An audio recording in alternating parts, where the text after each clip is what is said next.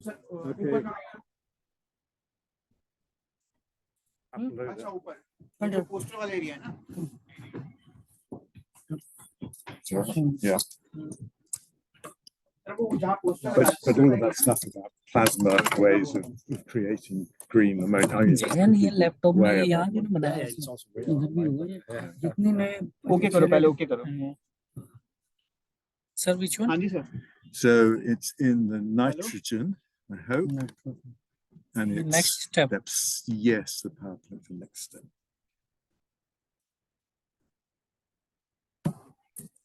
Sir बोलिए। Number 2. Which name? Number दो number है। दो दो नंबर number है। दो नंबर फोटोग्राफर को बुलाओ ये मैं करता हूँ। ये तो मेरा। फर्स्ट यहाँ बुलाना ये मेरा नाम है रोजर जेफरी। ऑडिटोरियम है ना। Are you from England? Stage चढ़ के जहाँ पोस्टर मैं लगने तो वाले थे बिजनौर का रहने वो वाला सारे लोग हूँ। वहाँ खड़े हैं फोटोग्राफर। बिजनौर से आ गया। बिजनौर उत्तर प्रदेश। नहीं तो जोक है। गुरमीत का फोन है गुरमीत के पास सोहेल सर गुरमीत का फोन नहीं लग रहा। Auditorium He speak Hindi. Hindi. Gate के बाहर ना Lived there for a while. Yes, indeed, for a year at a time sometimes. Edinburgh. UK. UK? I go to England from. England name, just मैं तो Scotland से आ गया। अब अच्छा, सब स्टेज स्कूल खाली कर दो। बहुत स्टेज ही खाली बढ़िया कर दो। जगह। इंग्लैंड वो Beaker. नहीं स्कॉटलैंड बहुत अच्छा है। बहुत बढ़िया। सुंदर सुंदर। मैं भी गया हूँ स्कॉटलैंड। अच्छा गया? हाँ जून में। कितना? जून में गए थे। कौन सी जगह में स्कॉटलैंड में? Edinburgh. Fantastic. It's the best place. Leeds भी गया था Leeds. Why? He speak Hindi very well. I go to Sir, which one? UK. Okay. Sir का name?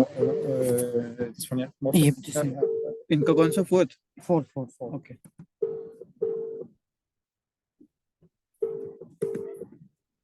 No, oral is fourth. Oral से डालो ऐसा ना। वो लीक टोक है। ये फोर्थ उनको बंद करो हो सकता उधर जेफरी क्योंकि ना लीक टोक है पहले या पेन ड्राइव अच्छा रिटर्न ओके वेट इनकी पेन ड्राइव कहाँ दे दी ना उनको। दे दी है ना आपके पास कहाँ से सीखा सर आपने? कभी हिंदी कभी लाहौर उर्दू। लाहौर। अच्छा उसके बाद दिल्ली अच्छा बिजनौर यूपी। you have उम्मीद है Yes. Thank you sir. इसका नाम इसमें वो डाल दो इसका लिख दो नंबर डाल दिया नंबर। एडिनबर्ग। अच्छा आप वहीं रहते हो? अच्छी जगह है बहुत। सर हो गया। स्टार्ट किसका करना है पहले? हेलो हेलो हाँ फर्स्ट किसका है? फर्स्ट वाला तो आया नहीं।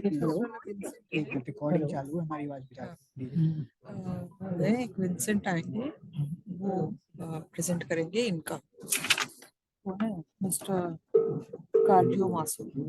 काजल मासो। तो उनके प्लेस पे वो जिनको आना है वो आ गए। ओके ठीक है। इसको बोला थोड़ा सही करके दे दे फोन देना जरा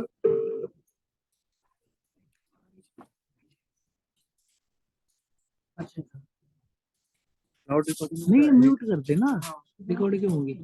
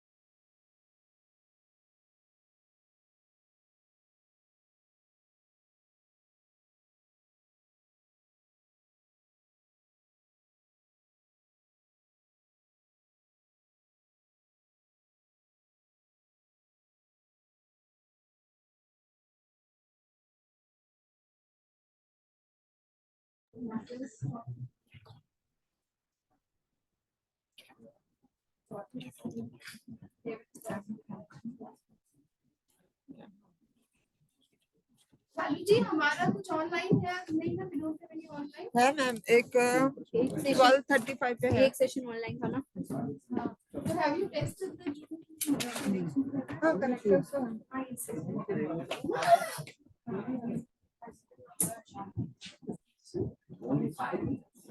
actually that was not scheduled.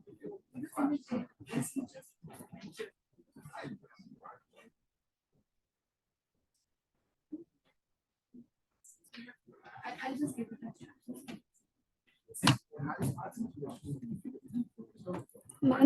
लगा दी इसमें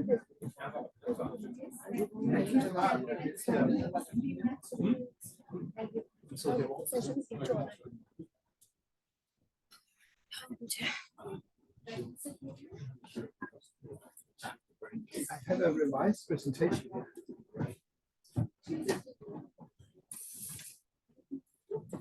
Need the time.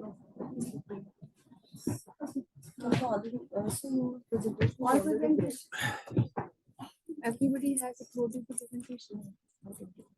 I have So one what's that's your name? it's Dalgard. Dalgard, yes. Tommy, yeah, it's that's one. Okay, third one. So we don't have his presentation. This is the first. You don't have the presentation, No, okay? sir. Yes, I uploaded one from home, but that's an early Sir, one. आपका IIT में कैसे है?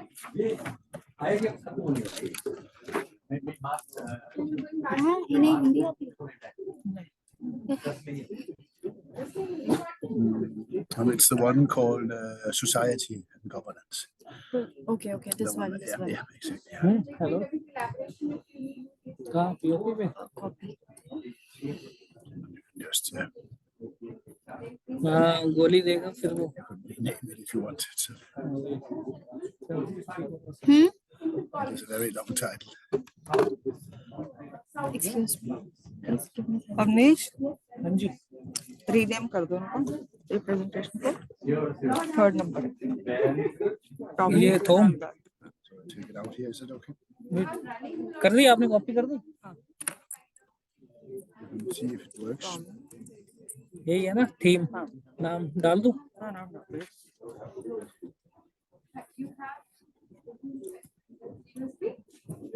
क्या नाम है QM का है Dalgard, TOMM बस टॉमी से पता लगाएगा sir That's Tommy. That's fine. May I have a look if it works? Yeah. Hi. So. ये वाला अच्छा इनका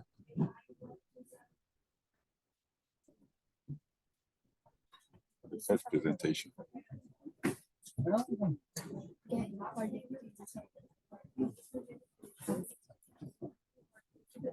Climate change को करें। Climate change and governance को करें।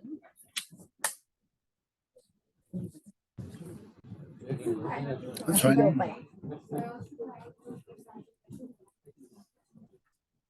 Okay, it works. So should I just? Thank you.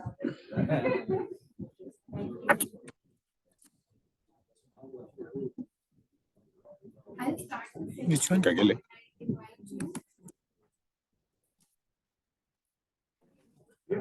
Update instructions.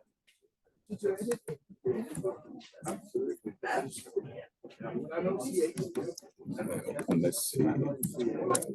your name is I'm Vincent. I'm presenting for Kagele. this Kegele Yes, number 1 number one. Can you? लगा दे इनकी लगा दे अब जाएंगे folder फालतू चीजें नहीं खोलनी बस ये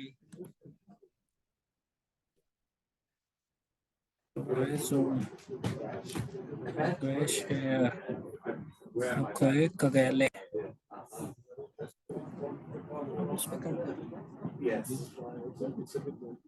F5 इस पे करते हैं आ जाएगा लास्ट वाले पे करते हैं लास्ट वाला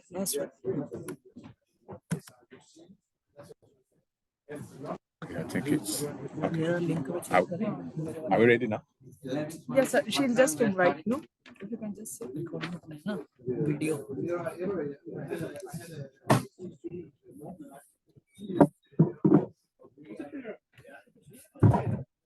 चल रहा है? मंजिल का स्टार्ट किया? स्टार्ट करें हाँ.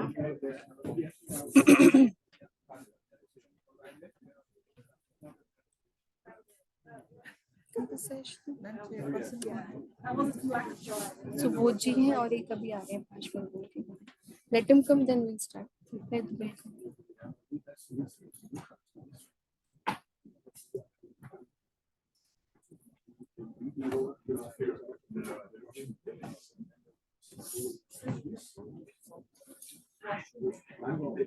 Washroom? That outside is there. You can go just outside. On the right hand side. On the right hand side.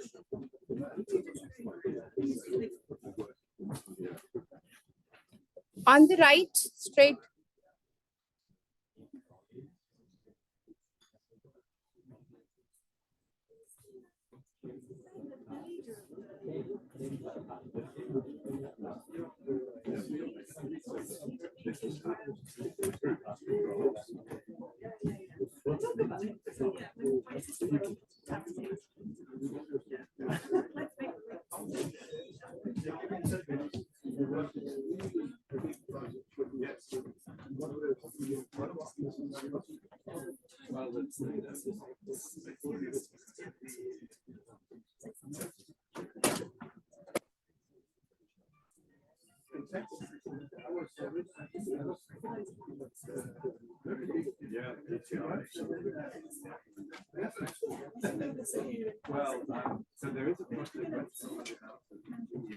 It's already 30 minutes late.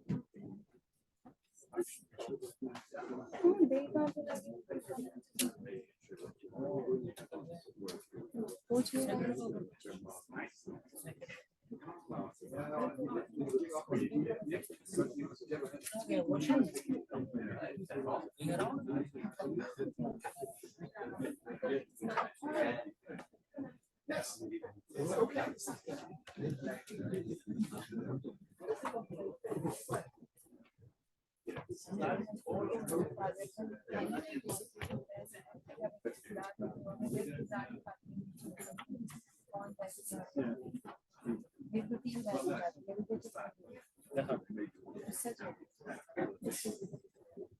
यहाँ होकर जाती खुल जाती होकर जाती खुल जाती पता नहीं क्या प्रॉब्लम है.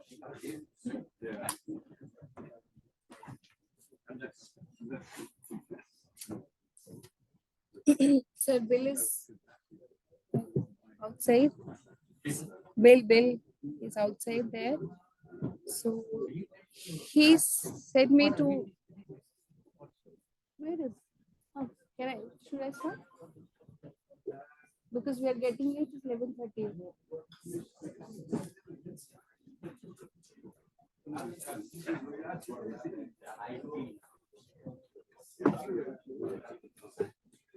So I'm starting, okay? Hello. Very good morning, everyone. We welcome you all in this session. The theme of this session is society and governance. There will be total 8 talks in these sessions. First will be the lead talk, and the time for the lead talk will be 15 minutes, followed by the 5-minute discussion. Then we have 6 oral talks. Each oral talks will be of 10 minutes, followed by the 5-minute discussion. And there will be one flash talk that will be of 3 minutes, followed by the 2-minute discussions. Now I would like to invite my chairs, Professor Subodh Sharma and Dr. Bill Belay, to start the session. Now, the stage is yours. We have got around 2 hours. So let's see how we go.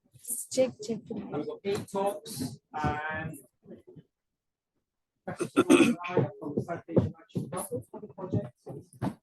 here. Cookie खा ली तीन जोड़ा तुम लोग चारों के चारों गए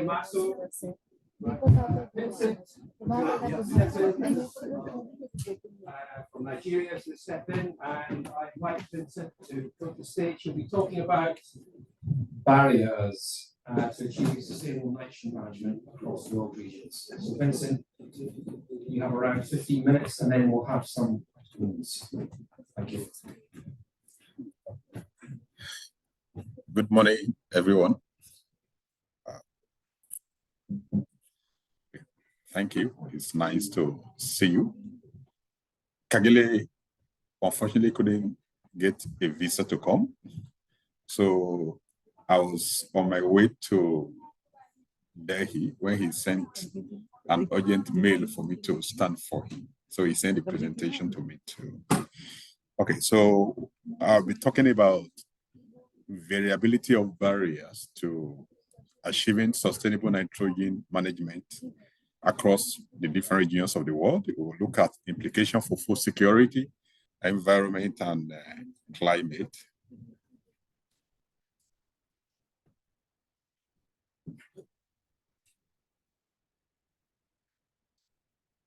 It's not. What happened? It's not moving. Next one. Okay. Okay. So, globally speaking, the current usage is over 190 terabyte of nitrogen per year. It's above the upper increasing risk. If we look at the picture that we're looking at, environmental end boundary that is globally transgressed. So from the safe operating space and to the high risk zone.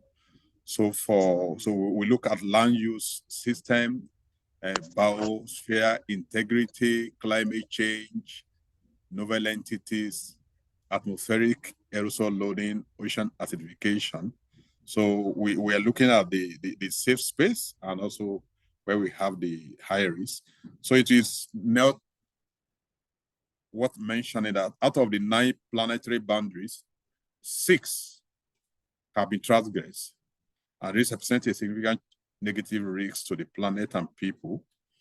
So back to N, we'll be hearing about too much and too little, why the people have our friends from the global north who are talking about too much, and they are not talking about even any shocks now and waves. So we have some regions like in the global south where we have too little N, and we also have somewhere we have an surplus.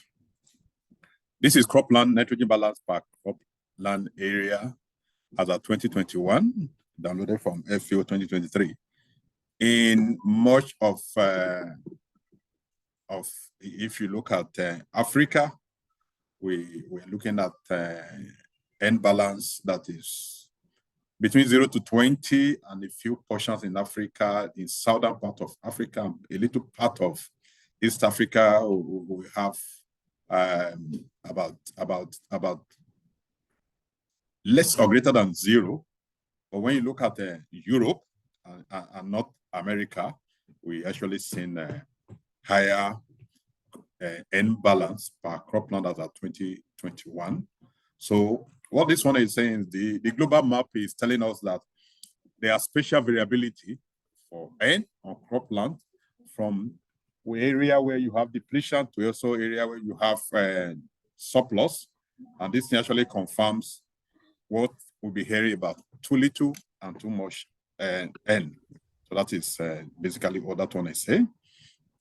Then there was a commission INMS project that I know many of us are aware. There were areas. Sure. Okay. So we in the INMS, that's towards integrated nitrogen management system, there were demonstration sites across the different regions of the world. We have the one in Africa is actually in East Africa in the Lake Victoria site. We also have in Europe, we have in Latin America, we have in Southeast Asia. So these are the maps showing where we have them. South Asia, Latin America, the Oceania, I think East Africa, North America, East Asia. So these are the study areas that I think the work is virtually completed now. At the end of the day, the IND is going to come out of this. So that is the study area, and it's showing all the various maps. Then we'll be looking at the barriers to N were mapped. We have the main barriers, and we also have the associated barrier with each main barrier. So the goal is to have a desirable nitrogen management. So we are looking at some of the barriers we will be looking at is we have the social and cultural to the right. Then we look at behavioral and cognitive, also to the right there. And we have the environmental, we have structural. So these barriers are actually clustered together. But if you look at them, we can actually look at the structural one. Those are the main one. Social and cultural, then we have behavioral and cognitive. Then I think at policy level and also environmental. But there are also subsets of all these other barriers also, as you have seen in the picture. From the earlier figure, we have too little and too much N. So all the regions of the world, all the regions have issues to contend with. You have issues like how to optimize food and energy production while minimizing environmental pollutions. The magnitude of these changes is quite high in East Africa. That's where you have the too little N, where most of the key barriers are more severe when you compare to Europe and the other developed part. Addressing these challenges actually required a system thinking. It's not something that can be done individually. They have to be, you have to link all the systems together to get a probable solution. And N loss to the environment versus surplus. The locations of nitrogen losses to water bodies somehow match the locations of N surplus. Of course, you are seeing more of Europe and others. Then this call for better policy to manage the surplus, while new developments in terms of the regulatory environment have resulted in significant reduction of N losses to water bodies. So regular monitoring is key for sustainable result from what we are saying. Then for N threat to biodiversity from DC et al. 2011, based on selected studies from the European Union, it has been demonstrated that significant nitrogen deposition results in the reduction of species richness, which is significant threat to biodiversity and adaptation to climate change and ecosystem services. Let me just say this again. In the next 3 months, in May 2024, it's going to be the African Fertilizer and Soil Health Summit, where leaders, political leaders from the 54 countries in Africa, of course, they are going to invite people from Europe and other parts. We'll actually be looking at this within the context of Africa. So it means at the end of the day, also Africa is trying to also wake up and take, so the political leaders have been asking questions. And the question they are asking is, it's only science that can provide a solution. I was telling my colleague David, they asked to come and address them. But you're not going to be talking about science today. You're going to talk about policy. Maybe in 20 minutes, all the presidents are gathered and they are not going to talk about, they want to look at things that each country and each region in Africa can do to make sure that nitrogen is not a barrier for food security. So what is the consequences of nutrient depletion and soil mining? There are so many of them, similar to nitrogen surplus, those of you from the global north. In the global south, we have virtually all the countries in Africa, I think also in Asia and some part of Latin America, nitrogen mining is severe. So what are the consequences when we look at policy? There is poverty, there's misuse of poor management, Then it leads to soil erosion. There are also environmental hazards, the soil degradation and reduction in crop yield. But the one that many people from, let me talk from perspective of Africa, we identify with actually is reduction in crop yield. Like in my presentation yesterday, when we had a project where we used provitamine cassava to replace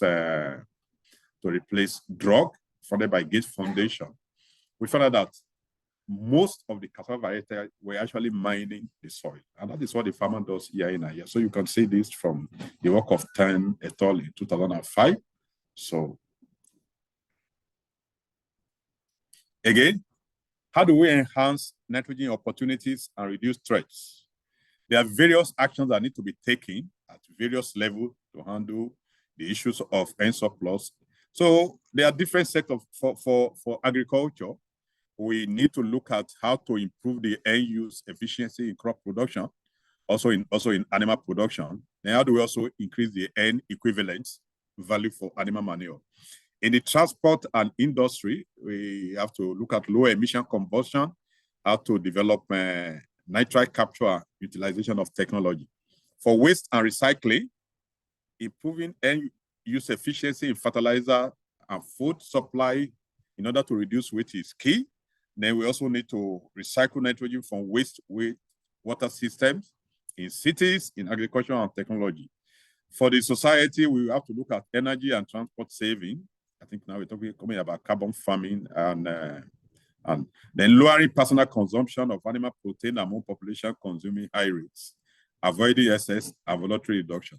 Well, I don't think this is not a problem in Africa where some people don't have enough protein.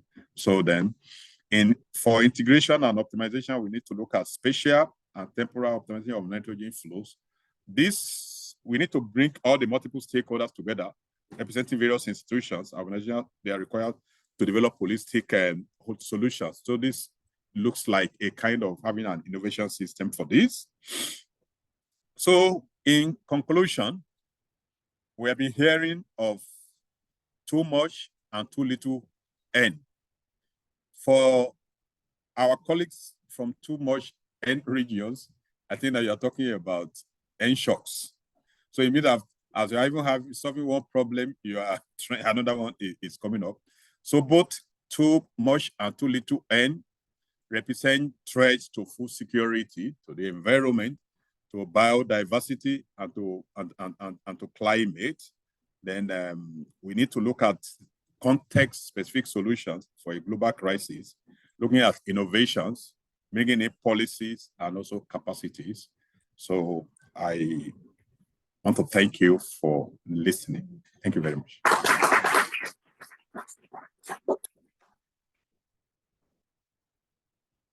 Okay, thanks very much, Vincent. Do we have any questions for Vincent? Yes.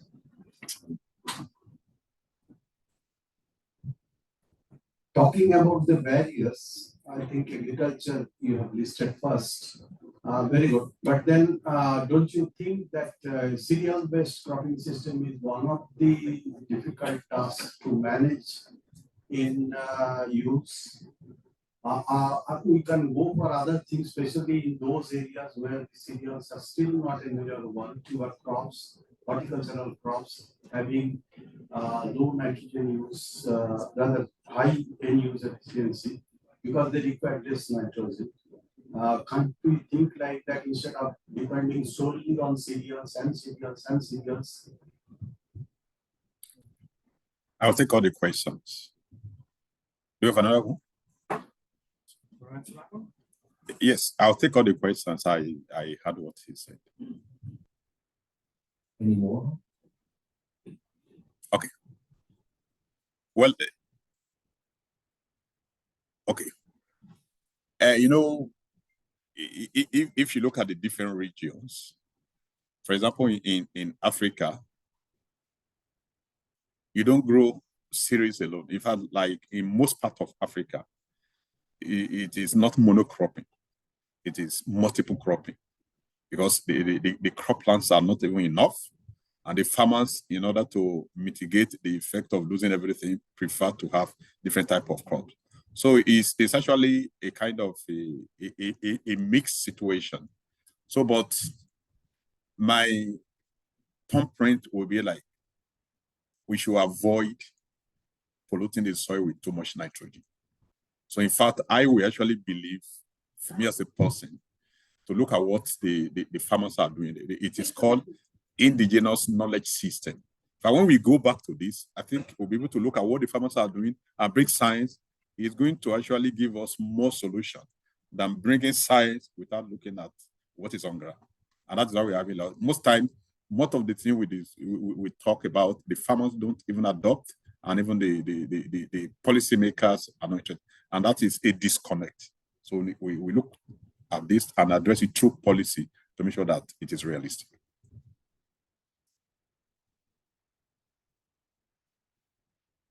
We have some more time. I was going to ask about democracies. So what? Democracy. There was a slide this morning. Okay. Where they had democracy. So in Africa, sometimes difficult in some countries to have democracy. And I know fertilizer is used, distribution of fertilizer is used quite politically. Do you see that as a problem in African countries? And how do we solve? That's a political question. Yes. But let me, like in my country, if you are going to win an election as a president, you cannot toy with fertilizer subsidy. The northern region has most of the population. So if you don't address fertilizer subsidy, you are going to lose a lot of votes. So what the politician though is trying to look at what will win vote for them. Then once they get to power, they may decide to. But for developed countries, it's easy for you because people vote based on policy, not because of I was in France last year, and there was strikes because they increased the retirement age. Why in much of Africa and Latin America they want to increase?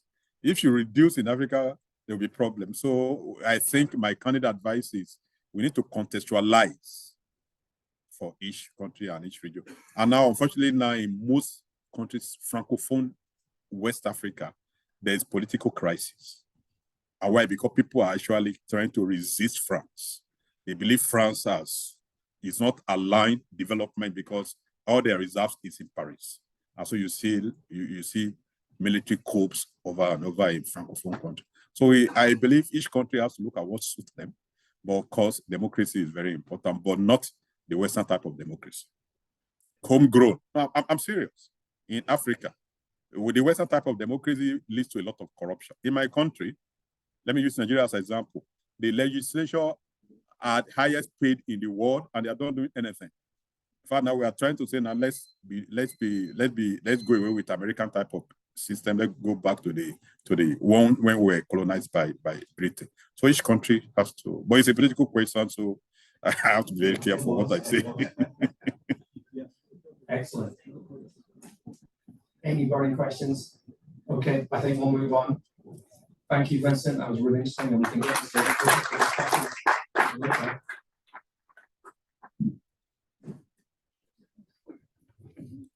The next speaker is Roger with the title Next Step for Nitrogen Policy Analysis.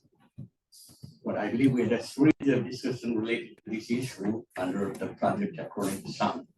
So we are looking forward to this launch. Mr.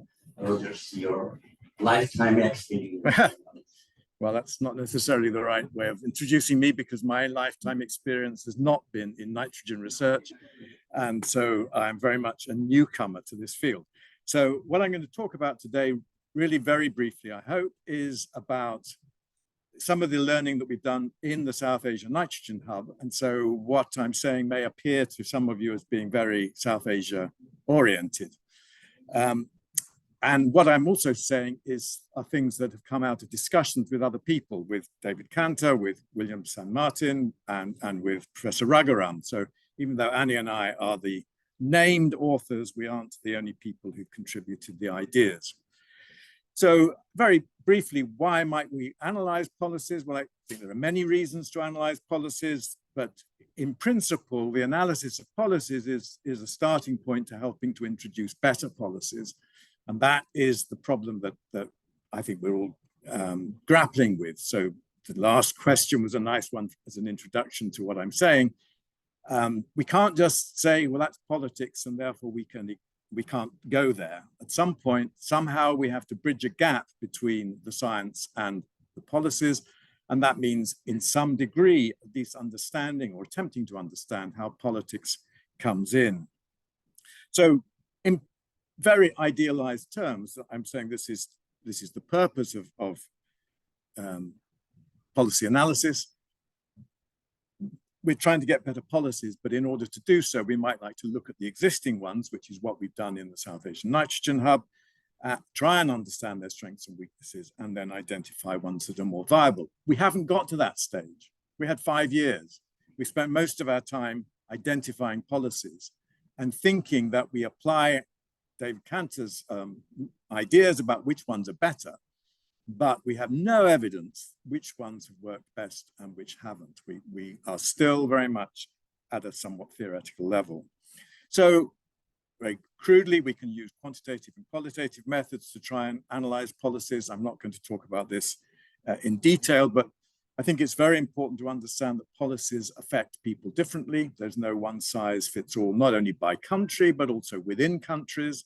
Working in this part of the world, you're immediately up against the differences, for example, between North and South India, different kinds of farming systems, places where large scale holdings are there and others where it's not. So a variety of methods. Why are we doing this? Well, the kind of framework that I like, but isn't necessarily one that anybody else likes, is to think about problems, policies, and politics. Problems, we all have many problems. We can't use that evidence of a problem until it's widely accepted as something that you can do something about. And you can't do something about it unless you have policies that might actually implement proposed solutions to those problems.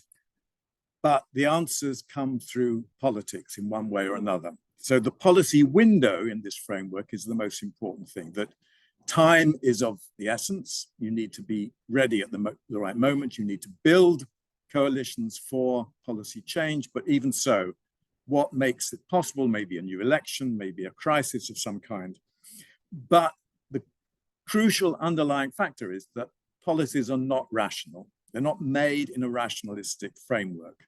And attempts to understand, for example, policy cycles have been dismissed even in developed economies like the UK. It doesn't work. The minister says we need a policy next week, so the policy cycle idea goes out of the window. Okay, here's what the main purpose of my presentation. I got a list of possible next steps. I want you to read those steps to yourself, and then I want to have a little discussion about which ones you think are the most important. So I'm not going to say anything else now. It's up to you to come up with some answers for a kind of ranking. Which of these would you, as a policy, nitrogen policy community, think of as the next steps? I'm not going to do it. I'm too old. So if you're going to do it, then tell us, let's have a debate about which one of these you might use to begin to change the next set of policy research to see how it works. And whenever you have a question or a comment, just throw it out. Let's not wait for me to ask you for it, if you can't see the screen. Yes. So you probably need the, yeah. To pick up on two that I think are related, so the one on metrics, and then also the bottom one about leading breed indicators and baseline data. I think this touches on something I was talking about yesterday from the kind of NGO campaigning perspective. I would say that yes, it's not very, very important and kind of central tenets that you need to hang a campaign around, both in terms of policy development, but also in terms of making that policy understandable to policymakers, to decision makers. So, you know, we might have lots of what I would call implementers in the policy space here, people who are kind of day-to-day engaged in nitrogen, and perhaps from environmental ministries, for example. But we need decision makers, the people who can actually make a decision on action, to also understand this. And they're not going to be nitrogen experts, and they're only going to come to this space if they can see that action can be taken. So that needs those metrics. And I think, yes, it does need those indicators, not based on data. I'm not sure if that's a question. No, it doesn't have to be a question. It's a great, more comments. I mean, I can't answer that question. I'm not in a position to answer that question. I think one thing, and this is perhaps more incremental, that this initial policy analysis we did was very much, well, it was crude in a number of ways. And one of them is that the first step, because it hadn't been done before, was counting the number of policies. And that's a good first indication of the amount of interest, but it doesn't tell you anything about the geographic scope beyond that they're in a particular country. But what does this mean in terms of the amount, the economic value of a particular sector that is being regulated or not? And ways of, measuring effectiveness, and there are different ways of doing that both before and after a policy is implemented.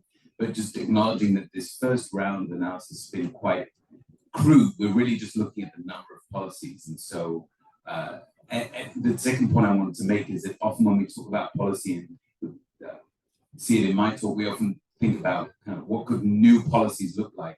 And in reality, what we're going to be doing in a lot of places is patching up existing policies and combining them together. And there's no one silver bullet policy. And so understanding that patchwork and how different policies fit together as well, so that we're not just kind of doing a cumulative thing, but really understanding the interactions between policies and another. I think is important to think about. Yeah, I think that's a really important point. And I think the other thing is that many of these policies exist, but are not being implemented. So it may not be a matter of bringing in a new policy, but of finding ways to help civil society and policymakers of other kinds to work together to be better at implementing existing policies. But we don't, currently, I don't think we know enough, at least in this part of the world, about which policies one might be able to tweak or use to push forward to new changes. Tapan. I think the last one, that is indicators, this should be one of the driving force for identifying the best policy to be there, because unless it is a science-based and indicator-driven parameter, it is very difficult to identify a policy, or rather plan a policy that can be executed for a better result. So that is, I think, my concern. Many of the cases regarding the earlier ones, society-driven, I think many of them, at least in third world countries, I find they are agenda-driven. Many of the cases, and may not be true reflection of the society. So instead of that, I think a science-driven and proper indicator will be more useful. Yeah, I mean, I like that way of seeing the world, but I don't think that's a way of seeing the world that is held by other people. So one of the things that we've learned, I think, in the UK certainly, is that evidence-driven policies are as rare as butterflies on the moon. You may get a policy that is informed by some evidence, but we can't, I disagree entirely that we can say, well, these particular civil society organizations are agenda-driven and therefore we should ignore them. Ignoring them leads to the kinds of policies that are the problems that we have in Europe at the moment, of farmers who are saying, well, we're not interested in your policies, thank you very much. We want something different. It's gone too far. We have to think about things in a different way. So not talking to people or organizations with agendas might not be the best way forward. Mark. Yeah. I was looking at what I was missing there, and two of them began with B, and you just given me the third B because I couldn't think of it. So the first one is behaviours. What really is determining people's behaviours? I think Vincent's story about the fertilizer company was a nice story about behaviour. The next is a link to the barriers to changing behaviour. You know, there he also had a story about barriers. I'm struggling with the third B, and you came up with butterflies. And sort of butterflies is this sort of random creative thing that could go in many directions, but essentially it's trying to address the first two. Yeah, absolutely. And I mean, my point, I suppose, really is that, as I said yesterday, people don't fit into models of stimulus response, we say, or of acting in terms of perceived economic interests alone. So how you shift those behaviors and attitudes and understandings isn't something you can plan in advance, I think. I think very much, as we could see from the COVID crisis, people change their attitudes towards behaving with each other in the context of a crisis. We may think there's a nitrogen crisis. I don't think many people outside this campus have yet woken up to that in the same kind of way. Obviously, there's more, there's scientists and that spreads out, but getting more than a small buy-in from governments or even from environmental NGOs. So one of our problems in the South Asian Nitrogen Hub has been that we couldn't find organizations with agendas, even ones like Greenpeace or whatever it might be, said, oh yes, nitrogen, that's important, yeah, but we're focusing on carbon, or we're focusing on biodiversity, but we can't take on board the idea of nitrogen pollution is affecting biodiversity. So building support for these kinds of changes nationally and regionally and globally, how can policy analysis contribute to that? Maybe they can't, it can't. Okay, we've still got about 4 minutes. I've got one here, and then we'll go to Morten, and then Peter. Claudia first here. Thank you. Linking the last presentation with your presentation, the first one was about barriers and some about policy. And I was involved in the development of the barriers chapter of NMS. So we came to the conclusion that policies may sometimes be barriers themselves, especially when they are not appropriate for the region they are being applied to. So I think this is something that can be very important to just make sure that the right policies are directed to the right place. And in Europe, this is something that happens a lot, and I feel like I'm repeating myself, but in the Mediterranean countries, I'm from Portugal, so the Mediterranean countries, we have several problems because we have many policies that are not adjusted to our conditions, so they are barriers instead of being solutions. So the results from the application of these policies are not what is desirable, so that can be actually a barrier. I don't know if you agree. So yes, I agree entirely, and I'm going to say something which might upset my South Asia colleagues, but there is the process of passing laws is quite, it's something that maybe needs to be studied in some places, but I can't talk about environmental policies introduced in South Asia, but I can in some aspects of health policies.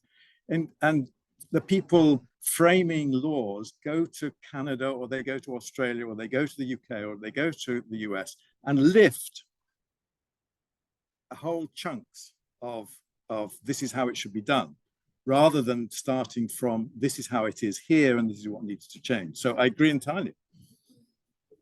Peter.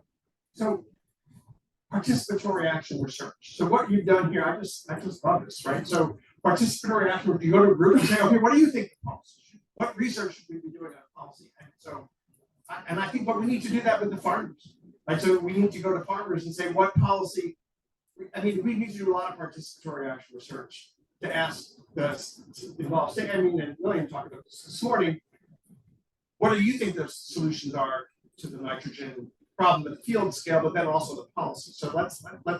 I don't know. Do we have everyone in the same room and do that, or do you go to a different room? Or but anyway, what we're doing here, I think, is what we need. I can't.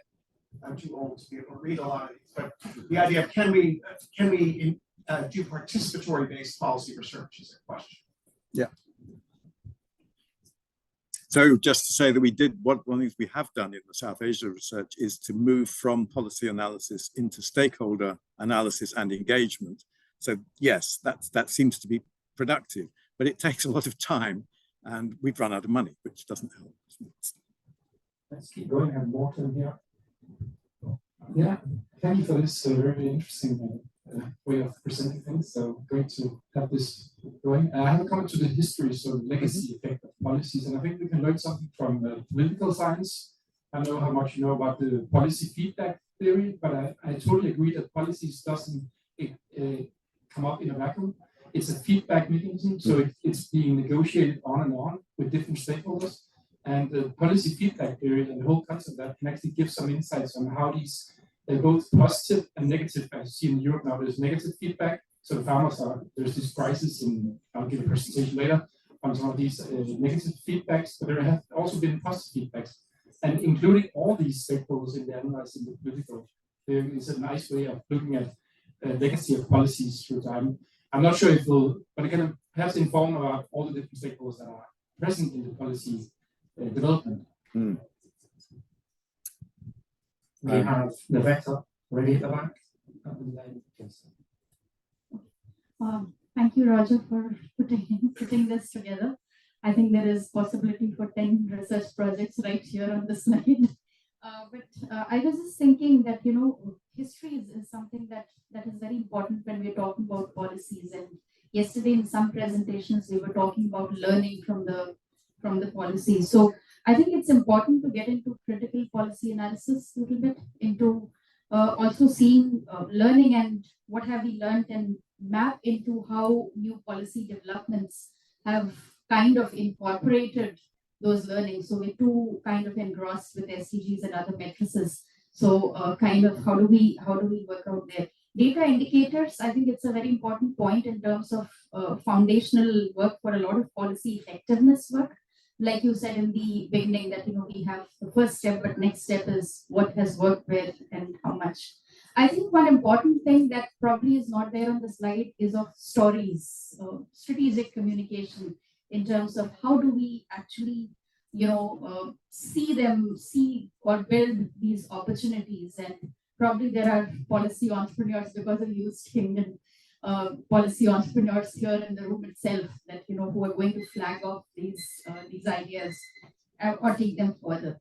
And lastly, I think from where I come from, I think comparative work gives a tremendous scope for you know, cross-regional learning. So I think that comparative work must be taken up you know, at a bigger scale. If we can. So I see a lot of possibilities there for cross-learning, which is kind of getting informed. So yes, mirroring of policies in terms of picking up, you know, guidelines from here and copying them to the next happens a lot. But how do we actually really learn from each other's failures and successes? Thank you. We'll take one more question. So Vincent. Comment. I will start from where she stopped.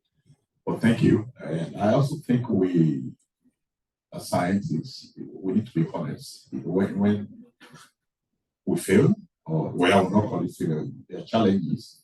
Let me give you two quick scenarios. During the COVID pandemic, in northern Nigeria, where you have a lot of Muslims, they never believed COVID was real. I said they believe it was a Western invention to control birth. So whatever the government said, they were not interested. And the only way you could win their heart is through the religious leaders, because they already have a barrier. That is the Western nations that is talking about COVID. So they refuse the vaccine. They refuse, and there's something you can do about it. And the other one is, there are also times a government comes into power, like in Nigeria, where the new president, when he came, he declared a state of emergency on food security. I said all fund for agriculture is going to that. And if you're going to get fund to do research, you must key in into what he says. So we need to be balanced in those areas. Okay, thank you. 30 seconds finished. Yeah, if I could. So I think I'd just like to pick up on some of those points, but particularly the idea of narratives, of stories. So the kind of stories that we just heard. People don't respond to models. They don't respond to statistical estimates. They respond to personal stories, and politicians do as well. And finding the right narratives, finding the right stories is an important part of policy change, policy supporting policy, getting them into action. So let's keep in mind that the people who are good at that aren't necessarily in this room. Certainly I'm not good at that, but finding ways of translating your concerns into ways that not just farmers, but also members of parliament, ministers, they're faced with multiple drains on their time. But if you get the right story, and then suddenly there's a kind of window of opportunity. So let's not forget the power of stories. Thank you. Thank you. The key message here, I believe, is policy and barrier. We'll talk later more about it. Third speaker is Tommy. Going to talk on landscape sustainable natural management. Thank you very much. ये तीसरा to में बाहर से जाके खोलना है, ठीक है? अब जूम पे आओगे, स्क्रीन शेयर करना है। हाँ भाई। Excellent. Thank you so much. And thank you for this opportunity to present this UNCE guidance document on integrated nitrogen assessment. I'm here together with my co-chairs of the Task Force on Reactive Nitrogen, Mark and Claudia, and also a couple of the other authors of the special chapter on landscape management are here today. And then also I included a couple of, yes, and if we shift slides, do we do that with? Yes, from this one here? Yes. It worked. I also included a couple of authors that works in different projects where we implement and test some of these measures on landscape scale. And this is happening in around two major centers that we have at Aarhus University. The Sustainscapes Center that works a lot on biodiversity in agriculture, landscapes change over also long time periods, as Morten mentioned. He will come back to some of the legacy effects there. But also the Landcraft Center that is chaired by Klaus Buderbach-Bahl, and I'm also a co-PI there together in the other center. And there we work a lot on landscapes, mainly in Denmark, but also across the globe over the years. And there we will benefit from some of the work that we did also here in the guidance document work. So first, a bit about the context in Denmark that we start from. And we have something to offer there to demonstrate and test these landscape scale options. And then a bit more about the guidance document. I have a few copies here. I think maybe Mark have more of them if you want. You can have them, so I don't have to carry them back home. We have more of them in the Institute. I didn't bring them here, but please mail me if you like. And then I'll show a bit of examples also on it. First, Denmark is, you could say, a case study of a very intensive agriculture. We produce maybe 3-4 times the food production that we consume ourselves. And then we have also these very vulnerable aquatic environment and dense population with air and so on. So we have all these challenges of agriculture, also linked to the world market and all these things. And we have, I think, tested and tried the whole suite of measures that is also in this document that takes all the way through the options that is in crop production, livestock and manure, storages and housing and so on. And then also all the way to the food market and production with the footprints and so on that I think Jacques also presented yesterday. Maybe something that we will develop more over the years here is also the link to the human dimension, so that when we look into a landscape, there is of course the farmers, the different types of farmers and other actors, how we link them and their different perspectives. So it's not only presidents and democracies that has opinions and options, it's also the local actors in the landscape, even the researchers working with them. What was a mosquito? In this document, there is a first chapter here, overview for policymakers, and I think it's you making it, Mark, but I really like this figure illustration here, showing the classical linear economy of nitrogen, where we start with a lot of inputs, and then it goes through the different steps that we have chapters on in the guidance document. And the landscape chapter actually link these steps so that the measures in the landscape is a way where we can circulate the nutrients locally.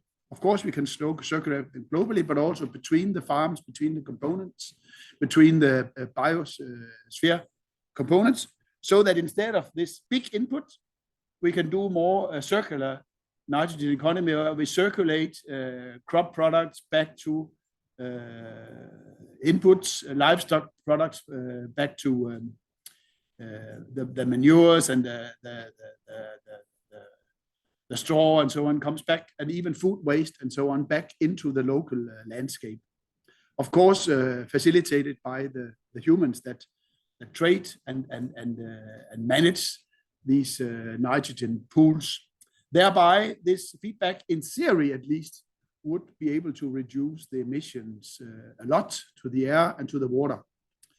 Yesterday, I presented some model results and also some studies that we did in real landscapes of Denmark, where we studied over the years these pools and cycling of nitrogen. And we must say that the reality shows that this circular economy, these measures imposed, they also, if you have leakage in the circle, you may not have the same effect as you have.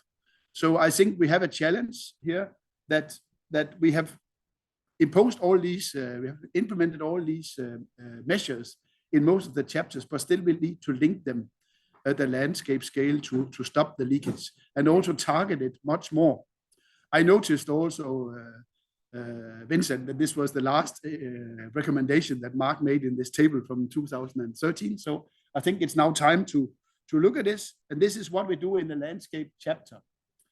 Just to say that here we think not only in Denmark, we think a lot about nitrate, ammonia, of course, but in this document here, I think it's maybe for the first time it's done really systematically that we link all the types of nitrogen losses. You mentioned them also, David, in your introductory. And there is this way of linking in not only to the UNC categories, but also to the effectiveness of the different measures. Red is not so good, green is good, yellow is in the middle. This is just an example. And the challenge is then in this chapter number 6 that I will focus on here is this to link it at a landscape scale, because this is really, really complex, but the world is complex. And by linking this, this cascading in a real environment, this may be difficult, but today it is possible to link it also in the digital models we have, and with the data we have, sensors and so on. At least we can do it in some case studies. We can demonstrate that it works, and then it is how to get it out in the real world. And we are working on that in Denmark, because we think it's the only way we can set a plug in, or not a plug in, but to circulate the nitrogen instead of losing it into the air. But of course also still make free nitrogen into the air, N2 if that is needed as a final solution. So this is all this cycling here. You can read the chapter, attributing to the co-authors, all the contributors here. And just some examples that we have then reviewed a number of selected, I think it's the one that we could think of, types of landscape scale measures where we can put it into the landscape and thereby, in theory, calculate the emissions if we link them and measure. And then we see the effectiveness of the different types of nitrogen here with these arrows. And this is the table that we have in the document. You cannot see it here, but we have then also where we think we have evidence. There is still a lot of research to be done, but also where do we have the effect on the different types of nitrogen. Of course, we want it all, and by linking them in the cascade, of course, we could get one effect very much on ammonia. And then if we have a good effect at the moment, there may be a more risk of nitrate, because then if the nitrogen is catched, then the next step is nitrate. And then we need to link them in the cascade. And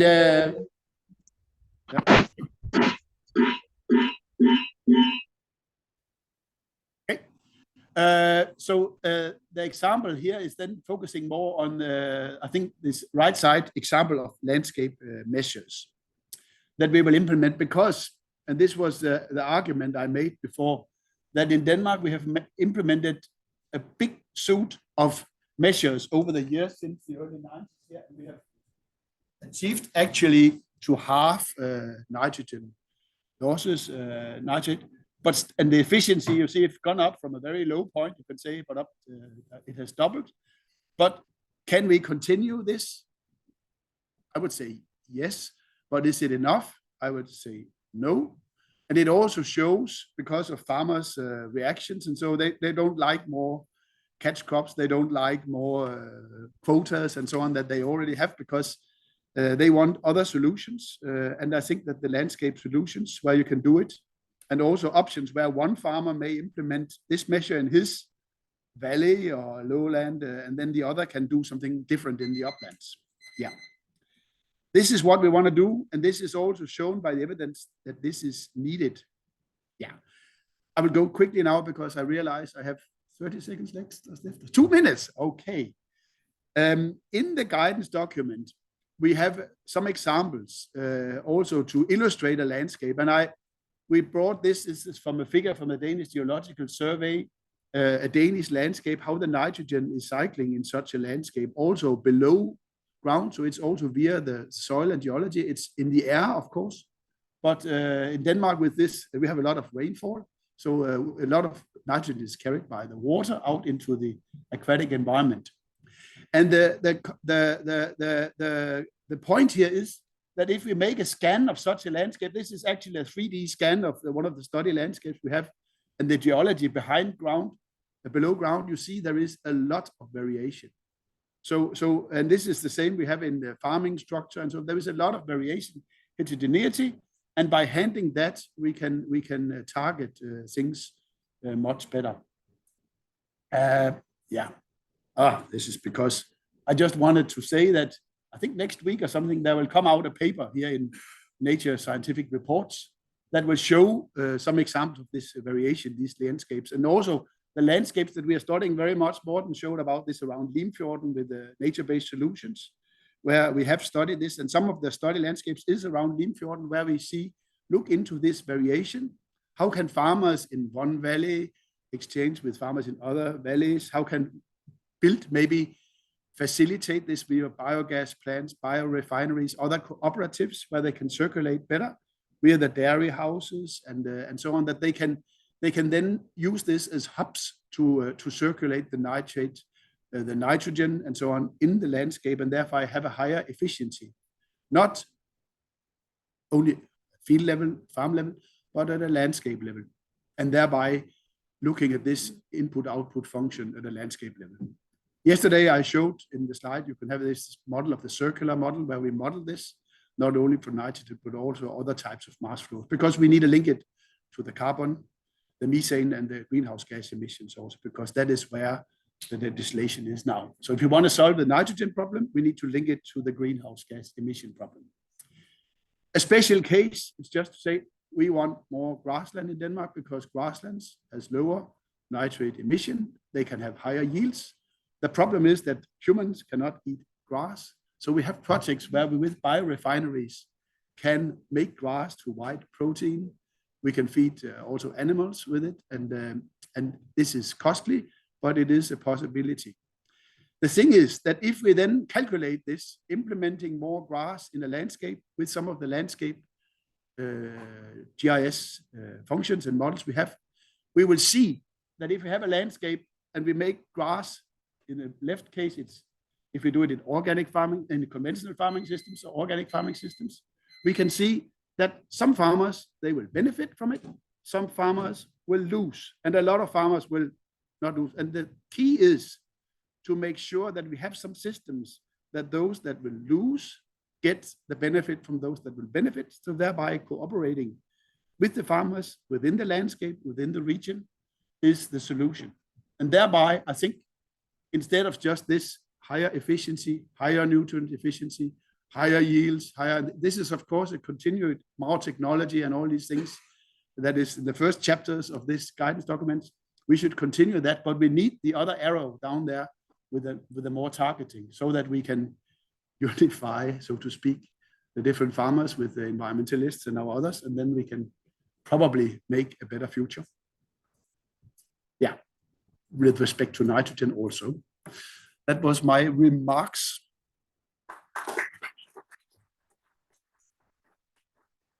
Questions?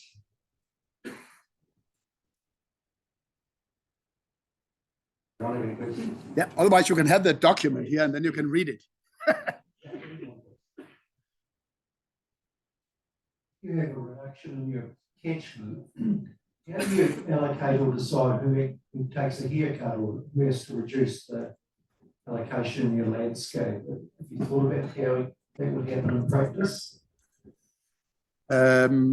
The thing is that we would like to do it with farmers, that they organize themselves. So we have something called catchment officers. It's advisors that gather the farmers so that they can make agreements and thereby they make a catchment plan, something. And the catchment can be a water catchment. It could be other types of catchment. So it could be via the cooperative dairy house or via the farmers union. Yeah. So that I think that's, and then they will find the best solution at the scale that fits the landscape. And we have this potential because we have a big variation. Maybe we don't have mixed farming in Denmark any longer because the farms are specialized, but we have mixed landscapes. So we have arable farms, dairy farms, pig producers, poultry farms, organic farms, conventional farms. We have extensive river valleys and intensive upland. So it's a possibility to reshuffle and thereby solve the problem. Where in other parts of the world, it may be not that easy. And thereby we have a good example to show that there is a possibility here. Yeah. Yeah. That's it. If there are no other questions, thank you. And the document, if you like, come and have a copy. You. So the next stop share. अब desktop पे is जाओ. from Desktop David. इधर ना. I have a society. अब जाओ Zoom पे share screen. So David is going to talk about governing nutrient pollution beyond farmers. This is your? No, this is mine. Here. Okay. Stop कर दो. Sorry, I didn't send it. Then what's enough?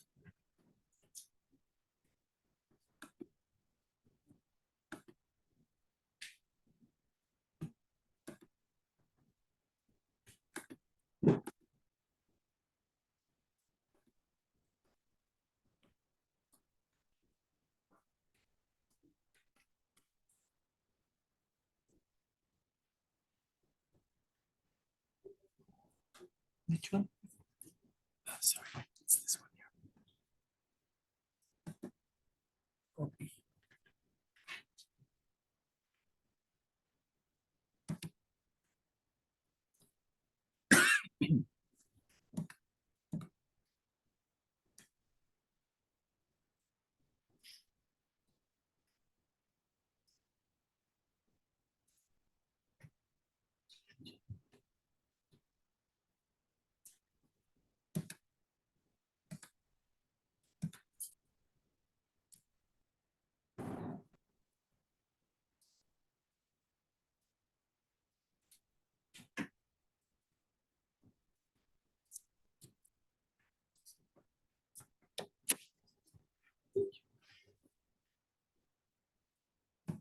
This one?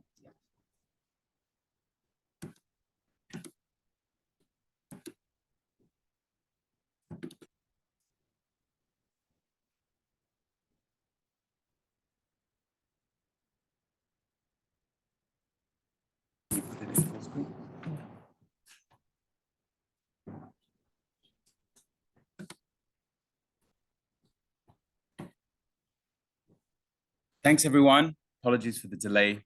There are too many slides and presentations to prepare.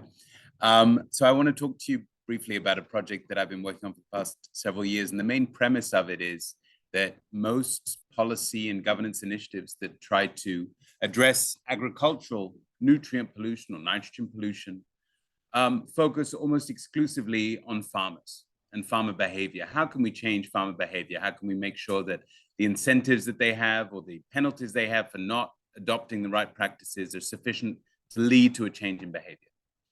And the premise of this project is that that narrow focus on farmers is misguided.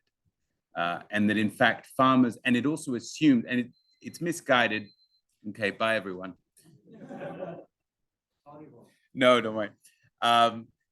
It's misguided because it's based on the assumption that farmers actually have a lot of agency when it comes to the decisions around nutrient management.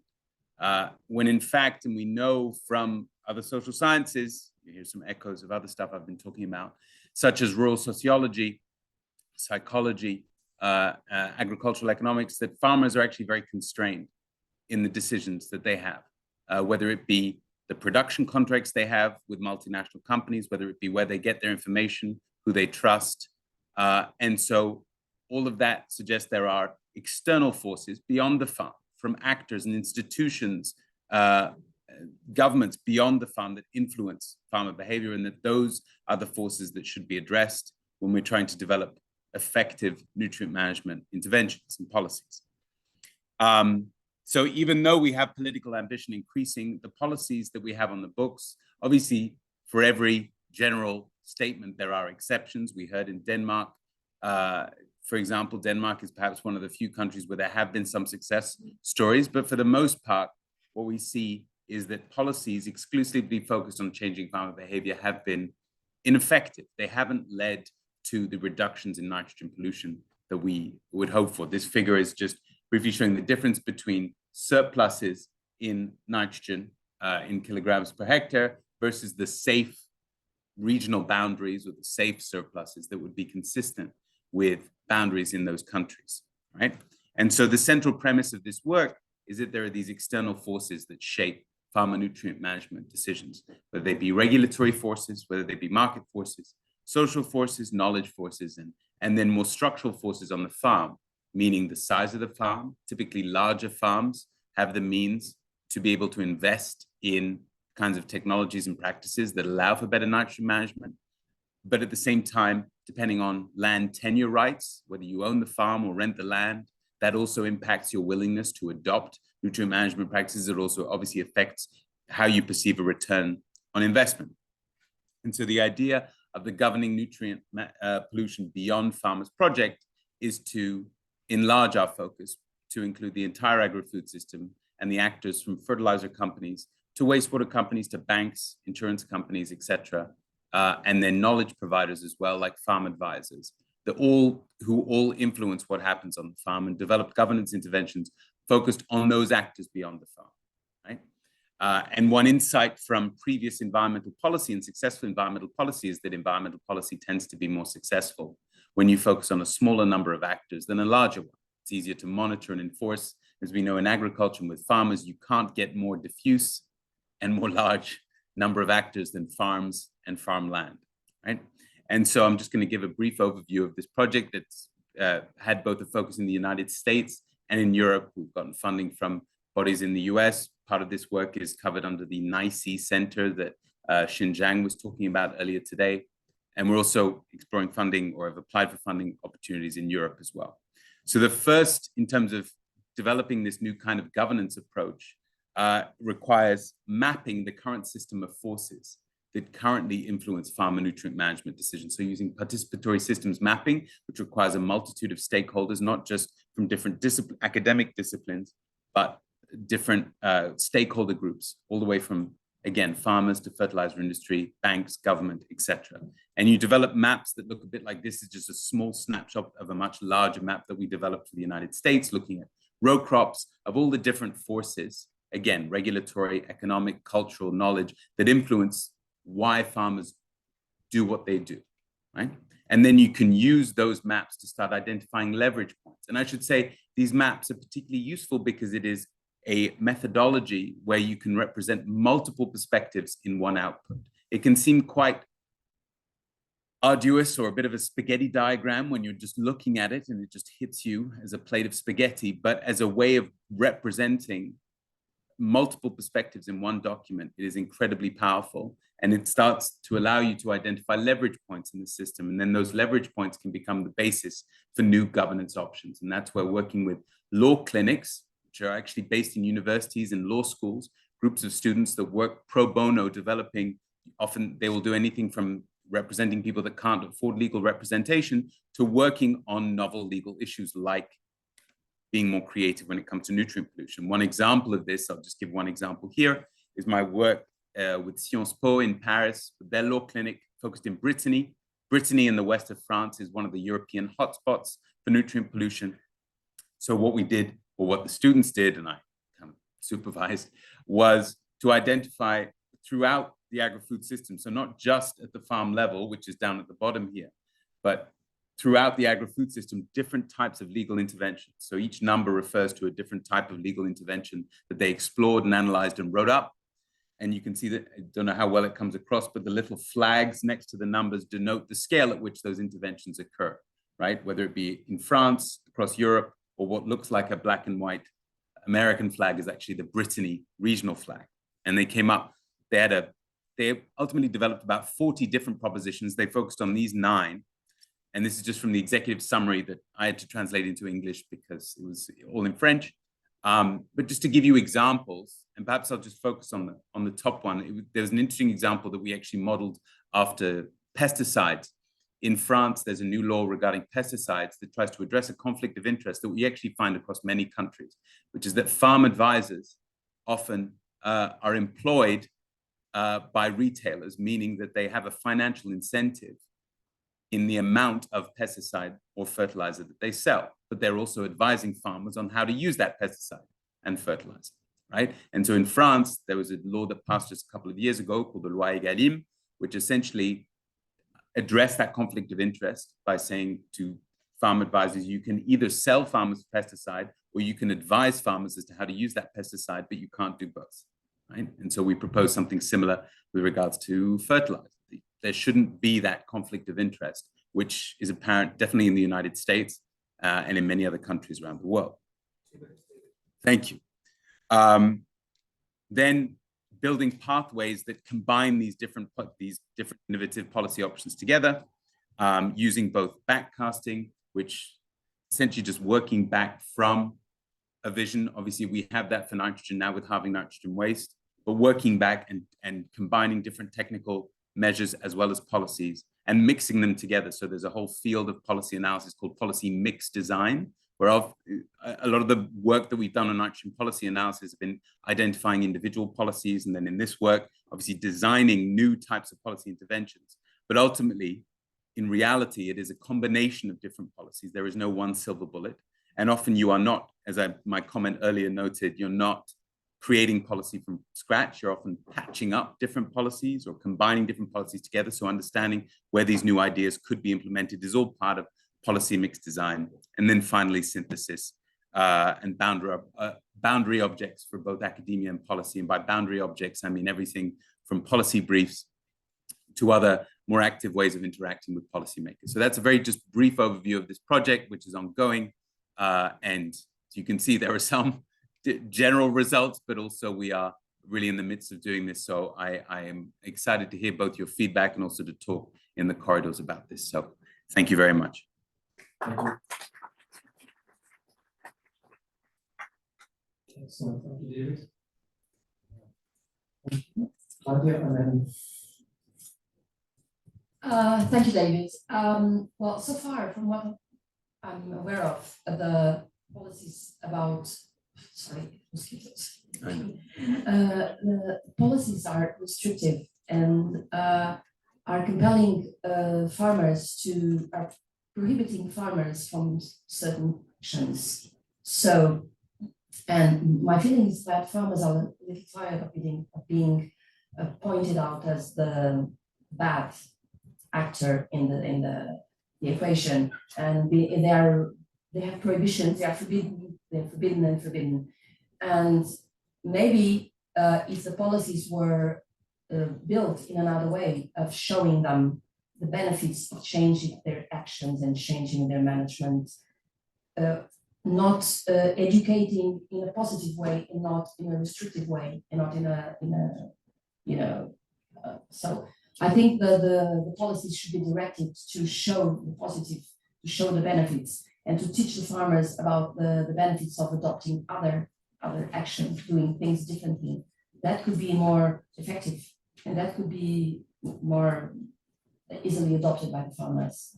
So I think building on that, I mean, part of the rationale behind this work is to shift the regulatory burden away from farmers, right, to other actors in the system that ultimately influence why farmers do what they do, right? So it's trying to shift the focus away from farmers to these other actors. To give a very specific example, because I know sometimes it can feel a bit grand and wishy-washy.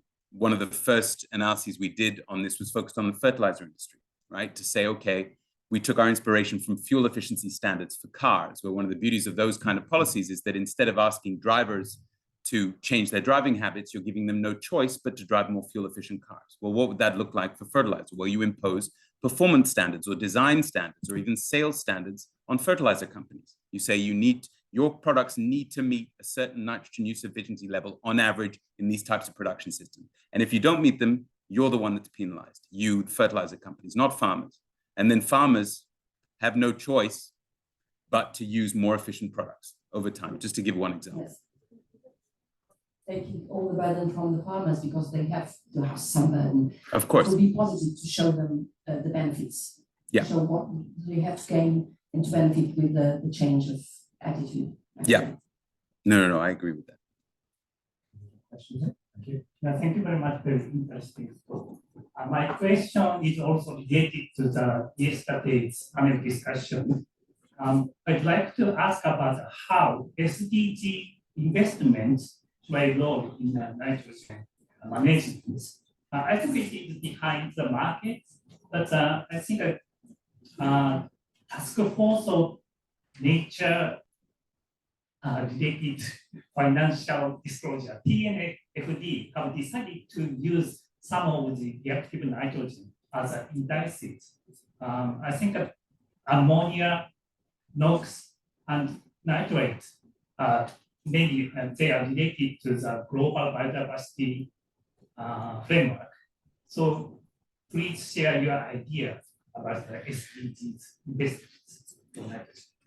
So if I understand correctly, I mean, I agree that in terms of investment, it's very important. One of the projects we did afterwards with the law clinic, in Europe, there are quite strict laws now with regards to companies needing to have not just these ESG requirements, so corporate governance, but also that they can be held accountable, right? So in France, they have particularly strong requirements for that, so that they can actually be even sued potentially by civil society and other interest groups for not having strict enough ESG standards. And so one of the things that we did was focused on a French supermarket chain, right? And developed a type of essentially nitrogen sustainable supply chain code that would be relevant for them, that again, they would be the ones held accountable for and would be liable if it was not implemented as these kind of what they call scope 3 emissions throughout their supply chain. But so it's those kind of, but what's useful with that is that, again, you're focusing on a smaller number of actors that ultimately have a lot more power in the agri-food system to influence what's happening at the farm and field level. Thank you, David. Thank you.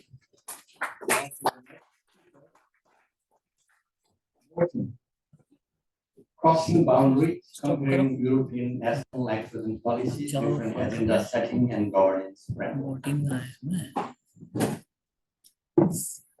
uploaded your presentation? It's on the shop. Yeah. Zoom पे जाओ. Share.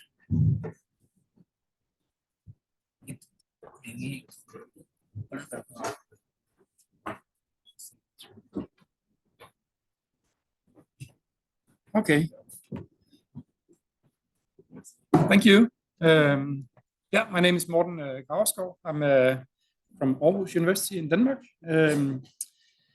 This work, so I have had like 3 presentations here, and so this was just accepted like 2 weeks ago. So I had to work a bit fast. I thought it was not going to be a presentation here, but that should not be an excuse for this presentation. It's a work we've been doing for some while, so it's fine, and I'm happy to present this work here. It's something I've done together with Matthew Kirby from Department of Geography and Environmental Science in Northumbria in the UK. And then also with William, we've done some work. And then it's also a result of, how do I change here? Yeah, a work I did for the Ministry of Environment in the Netherlands. I was commissioned to do a report for PBL. So it's together with Duncan Lieferink and Maria Kaufmann, and then Dan Boesman, he's working in PBL, and he commissioned us to do a report because there's a big nitrogen crisis in the Netherlands, most know, and they were very curious, or why is this crisis not happening in some of the other countries that has the same challenges? So I had to do a reporting on the relation between nature policies and agricultural policies in Denmark. So I did that reporting, and so some of that work is also going to be presented here today as a combination of that, because we had case studies in Denmark and Netherlands. And yeah, okay. So my program for today will be a bit about the nitrogen challenges. Very shortly, everybody know that we have this Northwestern Europe challenge, especially with a lot of nitrogen.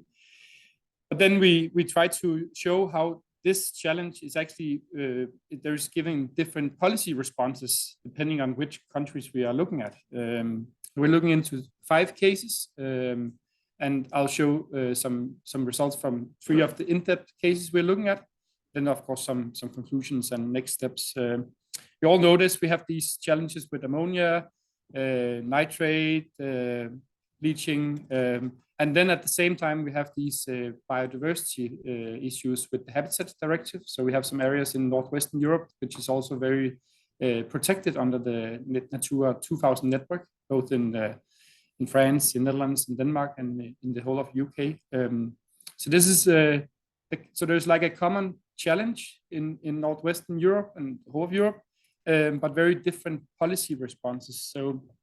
So even though nitrogen affects many of these environmental policy domains, it goes into these different sectors. So it relates to water quality, climate mitigation, agriculture, forestry, biodiversity, and more recently, as I will show in England, also built environment and built development. So even though it actually does dominates much of the national environmental political agendas in many European countries, the policy responses are happening in what we call in political silos, right? With no real integration or cooperation between the different domains, and in some cases also these political boundaries. Yeah. So despite all these challenges, and I'm not saying, so politics has been in place. Just showing this graph here from a work that Tommy is also involved with, showing all the historical nitrogen and policies in Denmark that has been implemented since 1980s. So a lot of policies has been implemented and results has been shown. But so what we want to investigate is how and with what types of policy instruments these different European states are implementing nitrogen policies, and what policy goals are put forward, and what kind of discourses. So it's what kind of perspectives are being put on the top of the political agenda when policies are being developed in this nutrient domain. Yeah, so the work we're doing is building on this global database that William also presented the other day. So selecting some interesting cases. And here we are working with Denmark, the Netherlands, England, Portugal, and France. And for this presentation, I'll only go into depth with Denmark, Netherlands, and England due to time, and also because of the work is still ongoing. Yeah. Yes. So Denmark, the case that I know best, because that's where I come from, and we've been working with Denmark for many years. It's really a water quality issue. It's and at the moment, oxygen depletion crisis, you could say. So this year has been a catastrophic year, you could say.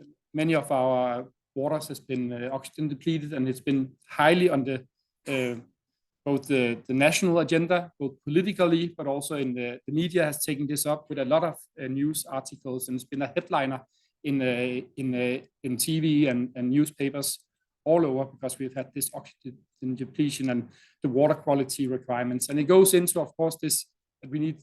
So the Water Framework Directive, we only have a couple of years to solve it. 2027 is really approaching, and these oxygen depletion stories just show that we still have a lot of, and we need a lot more time actually before we can get this done. So that's been really the top of the political agenda in Denmark. That's nitrogen, but it's related to water quality, and that's really been the main topic, not so much about other things. In the Netherlands, of course, water quality is also discussed, but it's really been this stikstof crisis. I hope I say it correctly, Hans. Sorry for my super very good. It has had a bit different story. So it's more been the relation to the compliance with the Habitats Directive, right? So the ammonia deposition and those issues. And it's been quite interesting to follow these different debates. So it's all nitrogen, but different ways of actually going into it and trying to solve it. So I won't go into the whole story of the stikstof crisis, but and now they are trying to develop a government in the Netherlands, and that's apparently not quite easy. But so there's been, and that's also what my comments before to that question you had, that policies are developed in these feedbacks, right? So there is positive and there's negative feedback. And what we've seen in the Netherlands is this negative feedback from the farmers' union. So these, it's actually called the nitrogen war, right? So it's really a negative feedback that goes into policy, and we can then see how policies are then kind of then changed a bit. The feedback goes back and forth, and now, in Netherlands actually they introduced these livestock buyout schemes, right? In 2023, but what we see is that the goal was buying out 600 farms with these billions of euros being put into place, and actually. It looked when we were working with this project at that moment, okay, things are actually going to happen in the Netherlands. They're going to buy out these livestock farms. But what we see now is like only 32 farms are being bought. Maybe that number is not totally updated, but really so this feedback between positive and especially negative feedback from the farmers union has showed that, okay, policies, even though we see something is going to change, it's being pushed back, and now we don't know what's going to happen now. But we wrote a paper on that in Euro Choices. So it's the Agricultural Economics Journal for that association, where we looked at. We want to investigate how has actually these livestock buyout schemes been implemented historically.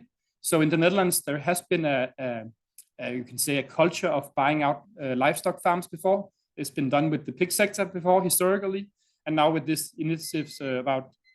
Sorry, I have 2 minutes.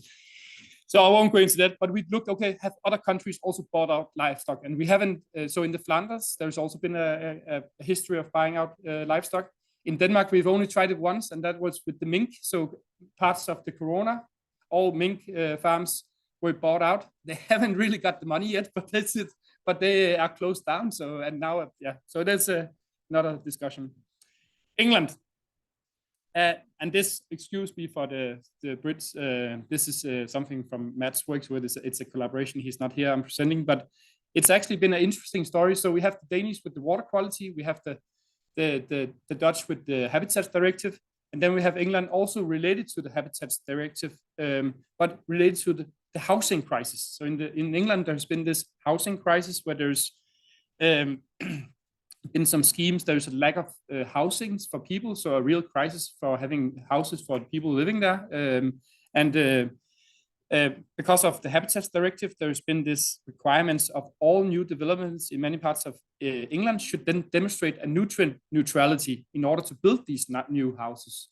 And that has then postponed the buildings of these new houses. So then the opposition from the English has been from the housing sector. They have opposed these, it's not the farmers, but the housing sector. So now we have seen a totally new sector and stakeholder coming into the nitrogen or the nutrient agenda. And it's been quite interesting. I won't go, I can see I only have 2 seconds, but in these areas, there are supposed to be these nutrient neutrality schemes in the orange ones. So the discussion points that we are trying to work with in this paper is that, of course, too much nitrogen is considered as an environmental problem in all the case countries we work with. but not in the same way or to the same degree. And that comes also in the way that the problem is then framed, right? Yeah, I won't read all this. And most countries, they struggle between especially two frames, the water quality and the habitats directive. Yeah, and we also looked into Brittany, like David talked about. So my key point is that the challenges are severe and similar, but the policy responses are quite different, and the stakeholders that we need to analyze also, and the sectors are different. And how can we explain that? Of course, there's the differences in the agricultural structures. So in the Netherlands, you have a high livestock density. So of course, there's a lot of ammonia problems. So the problem also then relates to the policy response. But we also have that in Denmark. So why is there is a difference? So we try to look into this. And then just a short, like a commercial for David and the work we're doing in the INA. So we're trying to also look at new governance frameworks. There will be a chapter in that book. So I don't know why we didn't present anything from that chapter here at the conference, but there's work being going on. I'm trying to look into these new governance frameworks and how can we actually analyze and get into these stakeholder related issues. That's it. Yeah, sorry.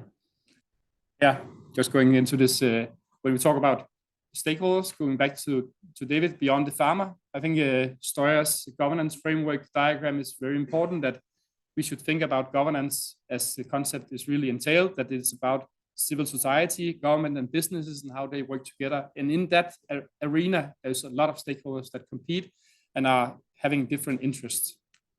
Okay.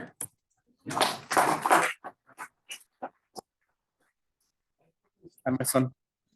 Sons.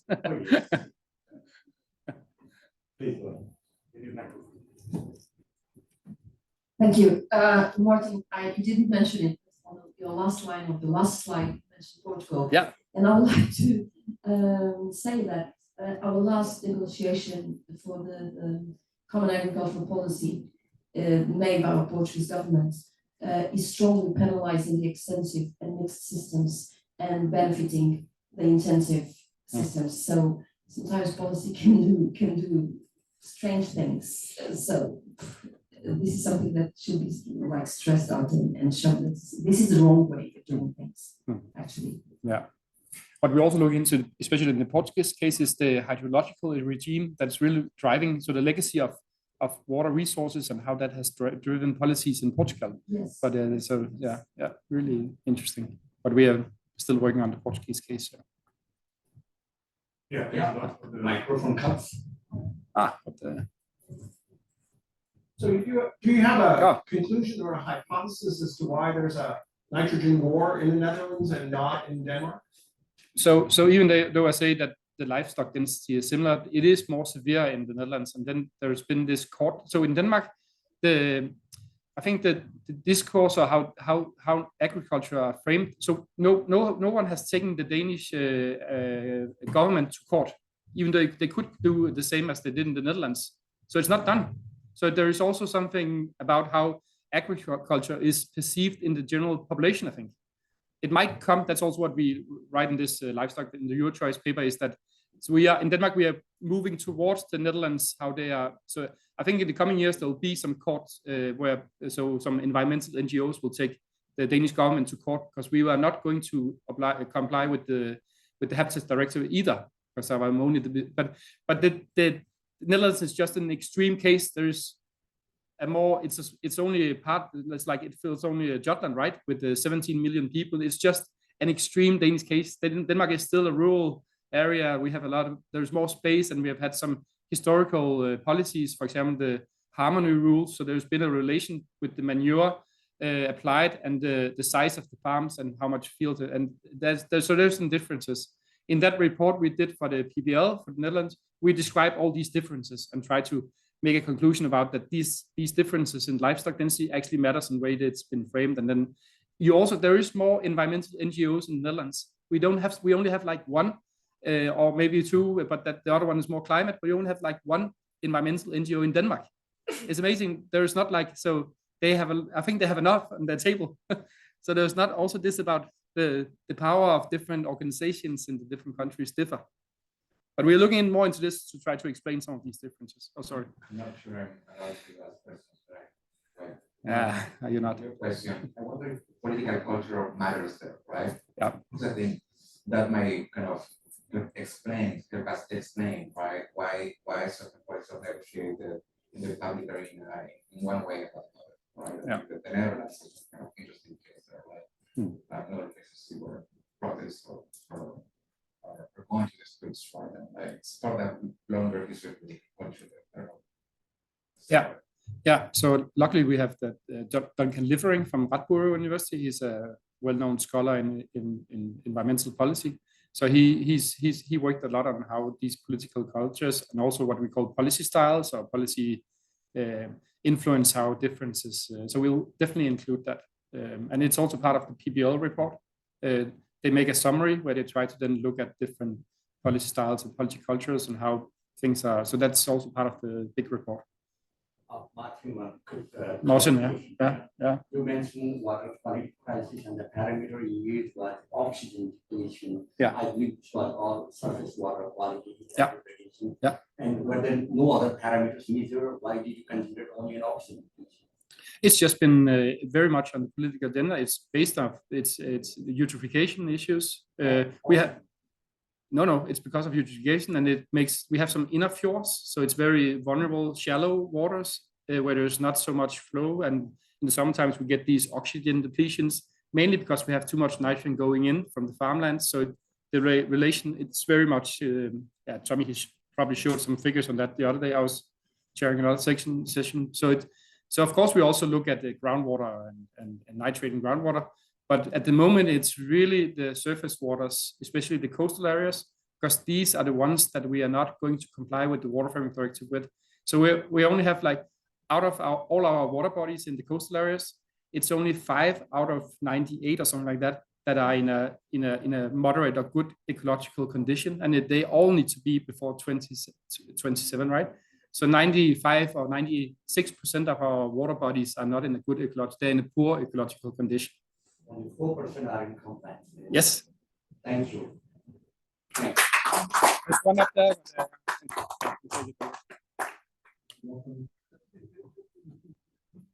Okay, we are a few more, and then we'll get some lunch. So दो holder बंद कर दो, confusion होगा और फालतू PPT भी उड़ा दो, ली हुई है ना, इतनी सारी इकट्ठी हो गई. He's going to now look at नहीं, सब बंद करते रहो, कंफ्यूजन हो जाए ना. There's a small scale case study about a biogasification plant, and it's. अच्छा, अब क्या करना था? पीपीटी भी डेस्कटॉप पे जाओ. इधर नहीं, यहाँ सीधे क्लिक कर दिया कोने में. हाँ, यहाँ आ जाओ. अब कौन सी है इनकी, किस नाम से? अब जूम पे जाओ.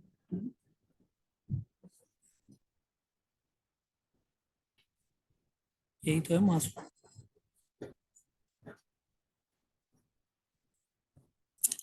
Thank you very much. Okay, so hello everyone. I'm Misuzu from Asari from Kyoto Rin. So same institute of Professor Hayashi Kentaro. So sorry, thank you so much. So maybe it's very difficult to pronounce the Japanese name, but it's very easy to remember. You know, Toyota, Nissan, Honda, and Suzuki is very famous in India, but also Isuzu is very famous. So my name is Misuzu. So please call me Misuzu. So it's very practical the research, but I want to introduce some trials in Japan, especially in Kyoto. So background, maybe all of you know that the food system is very important to think about the nitrogen flow from the viewpoint of life cycle perspective. But application of chemical fertilizer is regarded as one of the main sources of anthropogenic reactive nitrogen emission. So this time, we want to focusing on the Japanese household food loss and waste. So I have to introduce the specific situation in Japan. So I'm an expert on waste management and circular economy. And this figure shows the treatment method of municipal solid waste in OECD countries. So the light green means material recovery, and the dark green is incineration with energy recovery. And the red is incineration without energy recovery, and the dark red is landfill. So as you can see, Japan, so the Germany, Switzerland, Belgium, and Japan. So Japan is very special compared to other countries. So dark green and dark green is almost 80% of municipal solid waste management. So dark green means the incineration with energy recovery. So in Japan, we have more than 2,000 incineration plants operated by municipalities, means cities and the villages for municipal solid waste. So it's very special situation. So I have to mention about this situation.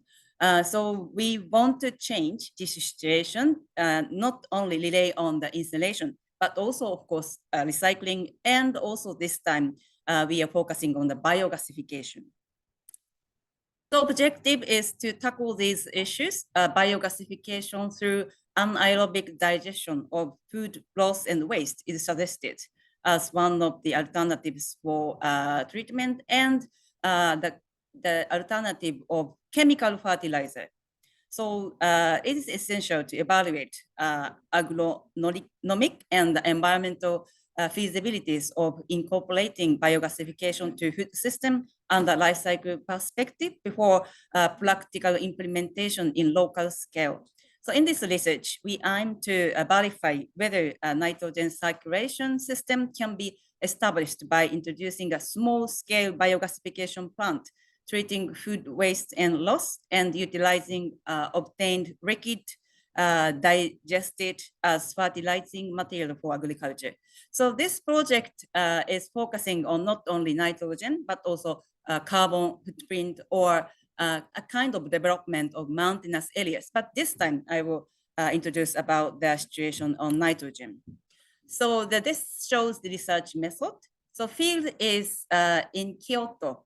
So Kyoto, next conference place, is very famous for ancient city with long history, more than 1,300 years.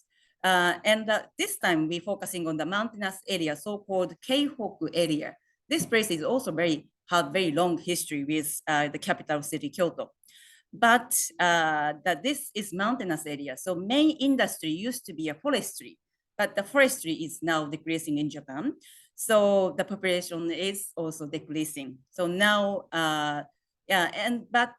this place land use is more than 90% is forest. But we have small land for cropland, and most of the cropland is used for rice paddies. So we are focusing on this situation. So this time we introduced 1 ton per day the biogasification plant. And we do 2 analyses. The first one is component analysis of liquid, the fertilizer that generated from this plant. And another one is nitrogen flow analysis based on the life cycle assessment. So you can see the food waste in your right-hand side from household and small industries, means restaurants or hotels. And we make new the trial plant, 1 ton per day of food waste and loss. And we add approximately 1 ton of water to anaerobic digestion. And we can make approximately 2 tons of the liquid fertilization from this plant. And also, of course, the biogas itself as well. And we will try to utilize on the paddy field. So this is the first result, first analysis. So this table shows the component of the important the nutrients, including nitrogen. So we the test every month, and so you can see we started this the challenge in this early summer. So you can see August, October, December. So you can see the periodic analysis allows us to determine the range of fluctuation, and that is estimated to happen due to differences in the input, means food loss and waste, and the amount of water added. Although the fertilizer is not artificially controlled or concentrated, it contains nutrients for crops and can be sustainably available in the community. So now the chemical fertilizer in Japan is become much expensive. So it's very good, the resource for the local community. And this shows the comparison with chemical fertilizers. So this table shows the first, the first one is fertilizer get from this plant. And next one is non-chemical liquid fertilizer at the time of use.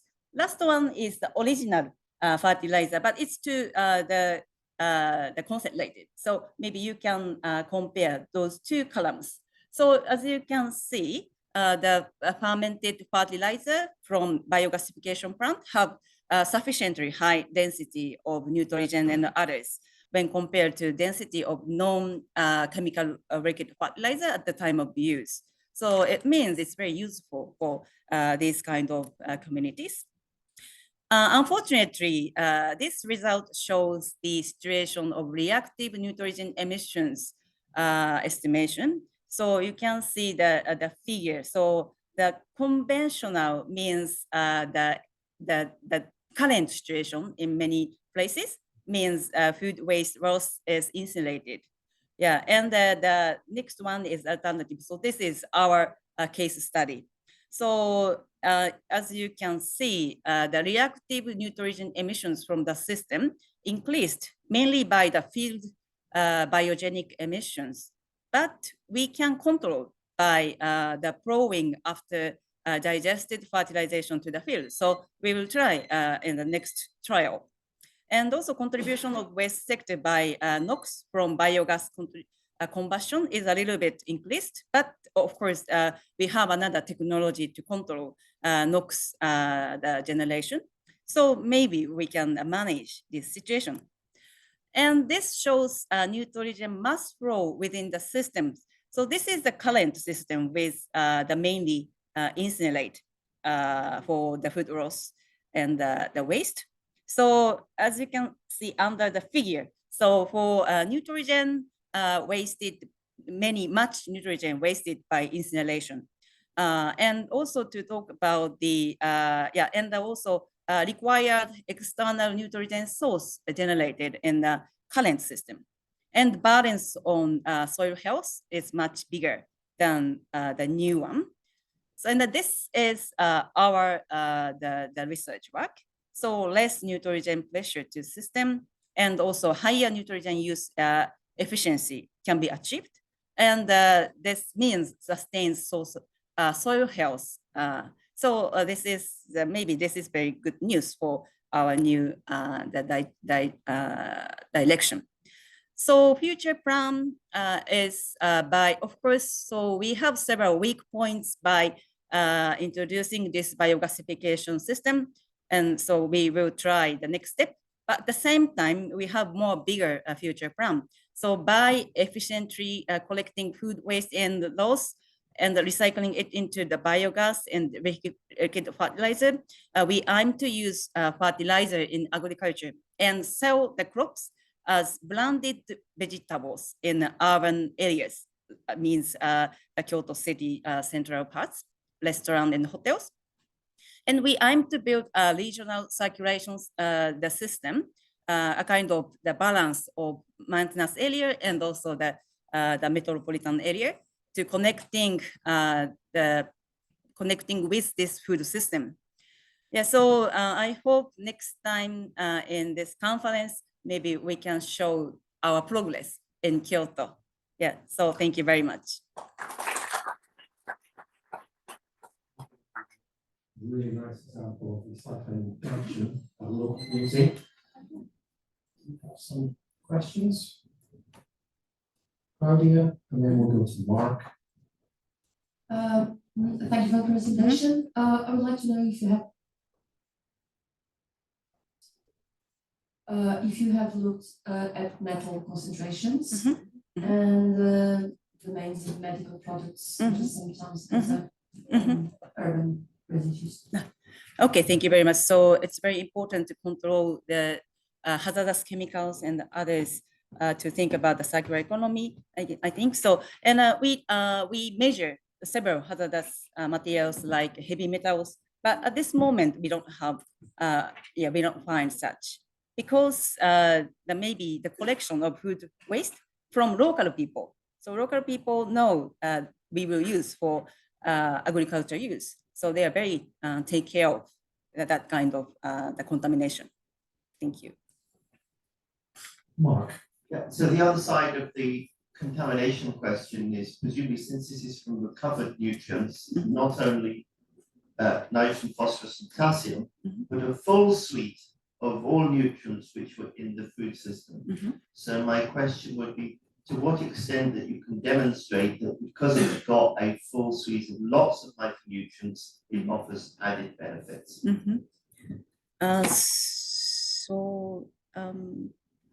You means about the other maybe because it's come out through the system from food, which contains all sorts of other nutrients, whether it is zinc, trace nutrient, or sulfur, or whatever, that you can demonstrate that there's other micronutrients in your product, and that would give you additional benefits. Okay, thank you so much. Yeah, thank you. So we will continue our research on the wider view perspective, but I want to mention about the carbon footprint as well. So based on the carbon footprint calculation, it's very good to introduce this one. But anyway, thank you so much. Thank you. I think yours is a community-based app. In India, we are trying for individual home-based biogas digester and use the digested effluent or as a feed fertilizer. We find that almost 20% of nitrogen can be saved by using the biogas digester. Yeah, thank you very much. Yes, so we envy your station. So we want to learn a lot. Thank you so much. Can you show any data related to the emissions part and energy capture part? You think you are talking about the biogas utilization? Yeah, so this plant is very small, so 1 ton per day. So it's not efficient to get the energy from the gas. So at this case, at this moment, we burn the methane gas and use to get the heat. And we have the greenhouse next to the plant. So we are trying to make some products.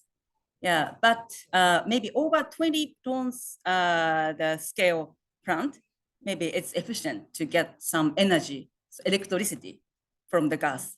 So maybe we have to compare the scale with the community. So the generation of the food waste and also how to utilize the gas and the fertilizer. So we try to calculate several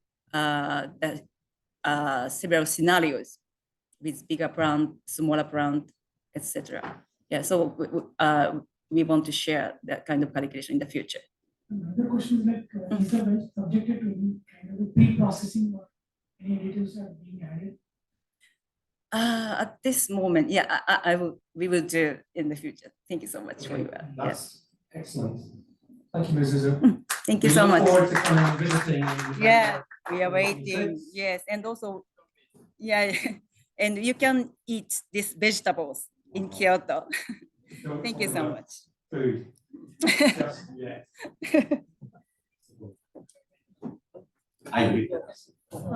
There is one important announcement. Please be seated, everybody, because we have to felicitate our presenters at the end of the session. So please be available till the end of the session. Thank you.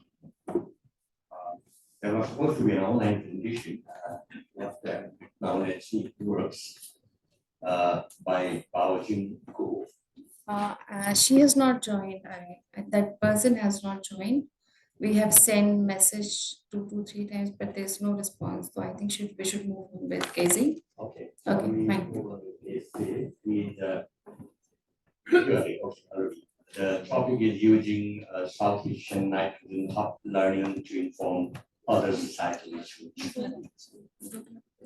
On the next, please see this is the last presentation. We don't have presentations, we have a general discussion, right? We don't have presentation. No, my computer died. Okay. So I wasn't able to say, I'm just gonna make it up. Just open the PowerPoint. ठीक है. कौन सी PowerPoint? This one. Shield. Have any of you ever had one of those days where the universe keeps telling you that something is a little bit off? Well, that has been today. Yes, I'll use the microphone in a minute, Mark. So I was told that there was a slot for me to talk this morning, and then I found that I was double booked with Mark. So I went and convinced him that I should do it. And then when I was trying to send my presentation to Bill, first my PowerPoint stopped working, then the internet stopped working, then my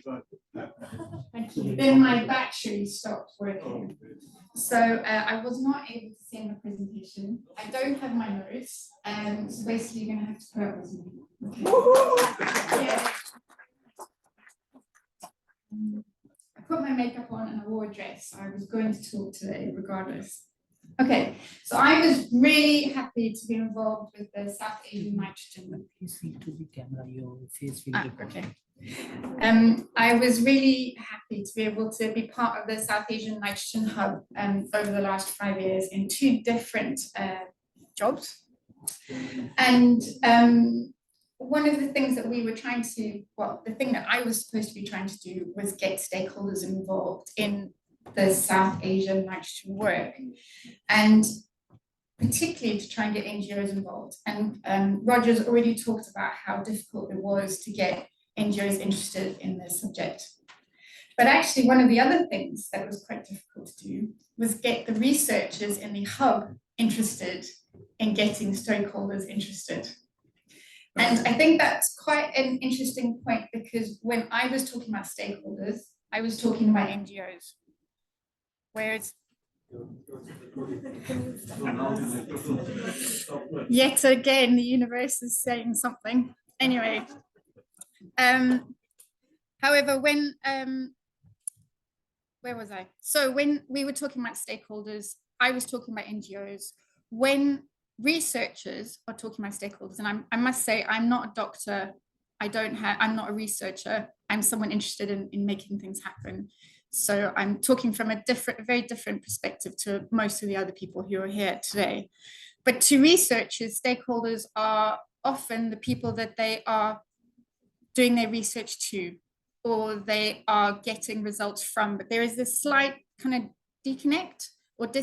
It's got to be more about them filling in forms or about answering very specific questions. So over the 5 years, we had this really interesting time where we started talking about who the stakeholders could be. And it turned out for Annie and I that our stakeholders were actually the other researchers who were part of the hub. And we did a lot of training in different countries, which was an absolutely awesome experience to visit these different countries and talk to them about what facilitation is, and talk to them about having conversations that went both ways, so that there was learning both by the researcher and to whomever that stakeholder was. Slowly over time, everyone, the researcher who was a part of the hub, came up with these fabulous, innovative ways of speaking to varieties of people that could be engaged with the nitrogen issue. Someone used the term wishy-washy just now, I think it was David, about I was going to use it in the example about nitrogen specifically, because to people who are not researchers, who understand nitrogen very well, and they can talk about all the different species and all the different ways, you've got acronyms to talk about nitrogen, to everybody outside the research community, nitrogen is either, to farmers, it's about cutting their fertilizer use, which then means cutting their incomes. To policymakers, it's about making farmers cross, and they're the ones who are going to vote for them. To everybody else, it's, oh, yet again, the farmers are complaining. What difference is it? Oh, maybe the difference is that I can't swim in my usual river, or I can't go fishing in a very European context where it is a water quality issue. But what we were trying to do through the hub was actually make it more real, more tangible. And one of the ways we did that, which was I believe was really innovative was we actually asked for people to come up with stories. They came up with the stories though, not us. And it was fascinating watching our fellow researchers in these contexts, particularly in Sri Lanka. We had this massive room full of really senior policymakers and other stakeholders. And there was this moment where no one knew what they were doing. And for the researchers, it made them so uncomfortable. They were like, Keisha, come and tell them what they need to do. But actually, it was that moment of discomfort, of being really outside their zones, where people started to talk to each other because they were at tables with people they wouldn't usually have necessarily spoken to. They may have been sitting next to a policymaker may have been sitting next to a farmer, may have been sitting next to a fertilizer manufacturer, may have been sitting next to an international NGO. And they came up with these stories. And some people drew pictures. Other people talked about their children or talked about a community. And all of a sudden, these things started to become tangible. Things that became quite obvious as we had these different story-making sessions around South Asia was that for policymakers, climate is important. Am I already? Okay, in the universe. For farmers, there was this assumption that it was about money. And actually often it was, I will change my activities if my money situation allows me to. But I think that's actually about language, because often that concept was more about legacy. It was more about, am I going to still be able to give my farm to my kids? Am I still going to be able to feed my family? What is my reputation going to be like if my neighbors think that I'm producing less than they are? But the language they use is, it's only if I have enough money to do it. What also came out from the stories is that quite a lot of them were positive. They were positive stories. It was not necessarily stuff about how bad things were going to be. It was actually, oh, I'm going to have more money to spend on X, or we're going to make the air cleaner, and so on. So we were talking earlier about these policy feedbacks and also about the nitrogen, what's the word that was used, the nitrogen? No. You see, you've already gone to the positive language. No, the nitrogen crisis. There we go. So it's about the nitrogen crisis. But actually, what about just focusing more on the solutions? So that rather than when we're talking about massive newspaper headlines, and yes, that is possibly a problem, is we won't get any massive newspaper headlines if they're good stories, is that it's not going to be about farmers rioting. It's actually going to be about farmers and hotel chains and hospitality businesses and policymakers having conversations about how they can find solutions together. Quite a number of papers have come out of the hub that are about agricultural residue burning. And this is where I'm hoping that my work is going to take me next. And I know the air pollution aspect is in another room, but I wanted to talk to you guys about the society and governance aspect, because there is a direct relationship between nitrogen waste and residue burning.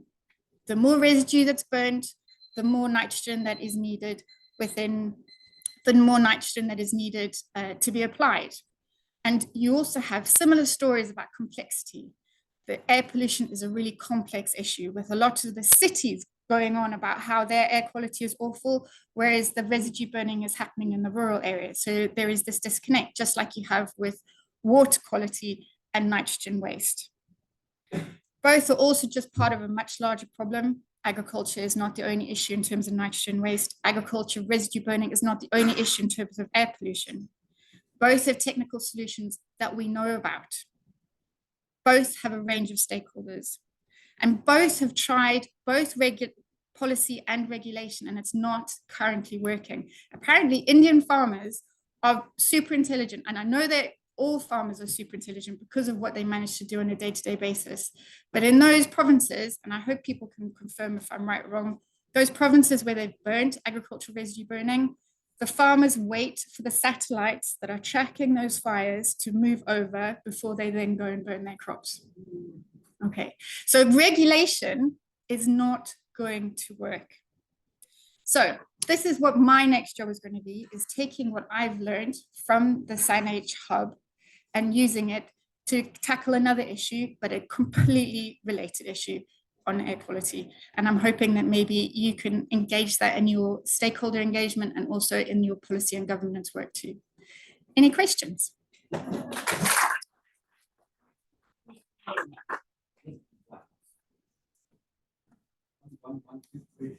No, everyone wants to go to lunch, so that's fine. Oh, yes, please. Oh, microphone, that mic. There's one there. Thank you. I'm fascinated by all the work that you have done, like every other panel I'm working on. So thank you for the work. So I think it's very important what you're saying about these kind of strategies or places where we hear from people these kind of stories, and stories are in a different direction. For example, positive stories, where we're kind of envisioning features that are completely different from the features that we envision with our methods, right, or our technologies or techniques, right, of researchers, right? The question is how those stories, right, or those visions about those features that seems to be more optimistic, even though with all the precarity, right, and the experience of farming, right, can be, right, especially in the Lower South, how those experiences and stories can be then kind of translated or then forward back to transform policy at a higher level, right? How do you see those kind of the potentials or the power of those stories that can be very meaningful and important, right? But within that local level, right? How do we move them, right, to a higher up dimension? So Sri Lanka have had immense success on this level, where they have engaged right down at the local level, as well as at the very senior political level, and brought them both together. So we had this fascinating couple of days, huge amount of work, huge amount of resource put into it, but we had the ministers from agriculture, environment, and climate all present, at least in giving the initial speeches, and then members of the civil service there, as well as the farmers, as well as, so it was a very much integrated session. All the stakeholders were in the same place. And it was scary because lots of people think only policymakers are going to speak to policymakers, and only farmers are going to speak to farmers. But actually, you can do it. It takes a lot of work. And that wasn't just one day, that was a load of prep over time. But yeah, we did these vision statements. We also had a load of different industries present, which was also really interesting because it became very obvious that water had a lot of potential to for change, possibly even more than in the agriculture sector. But yeah, it's definitely possible. Thank you, Casey. Thank you so much.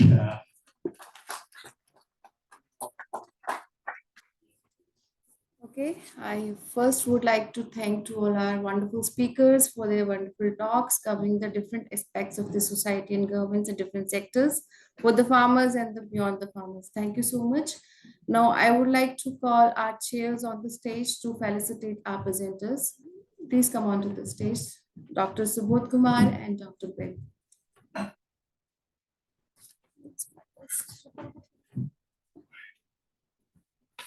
So I first would like to call Vincent to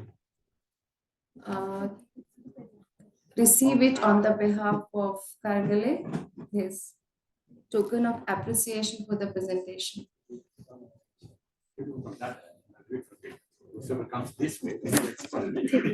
Come from that side, please.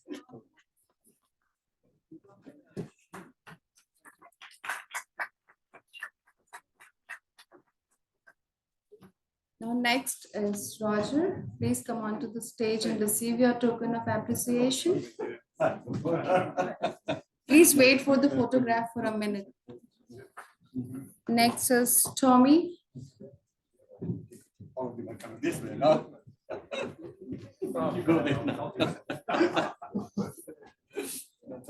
Now I would like to request David Cantor to come on the stage.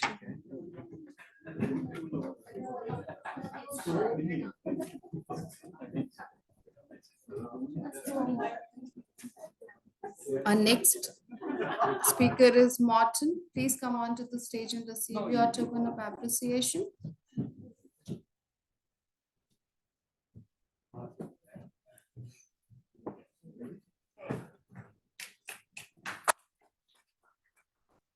So please come onto the stage and receive your token of appreciation.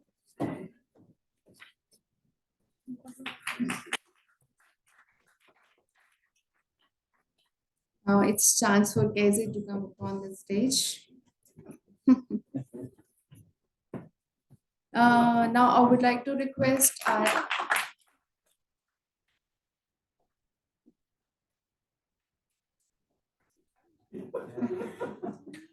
now I would like to request our INI chair, Dr. David Kenter, to come upon the stage and please felicitate our chairs.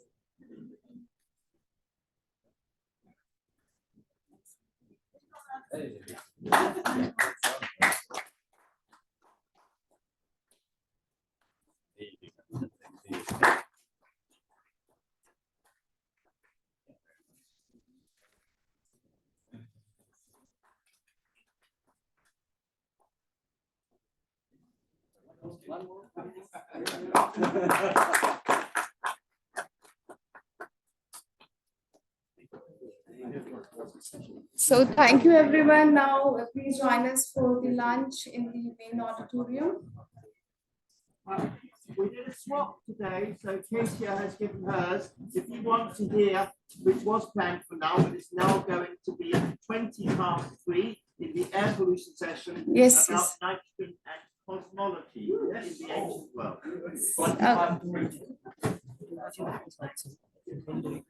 नहीं अब दूसरा session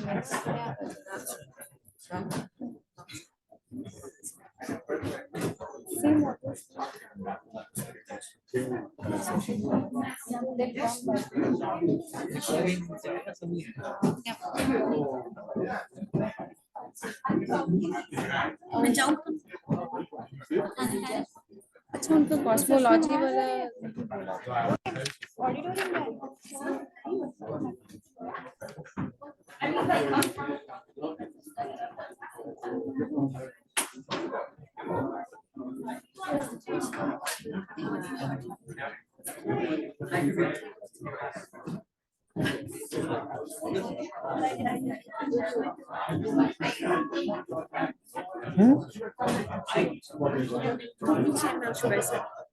pen drive में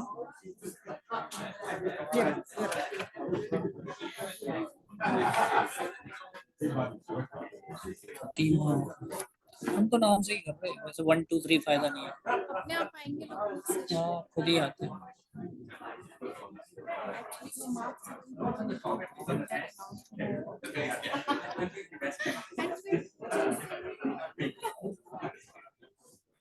Okay, thank you very much. Yes, I will. हाँ coming.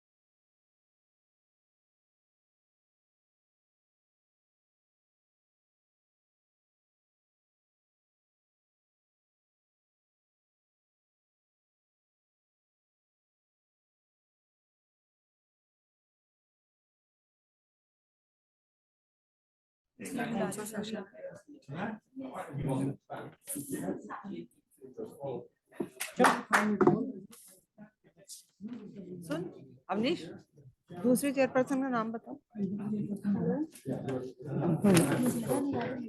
नहीं अनुराधा है और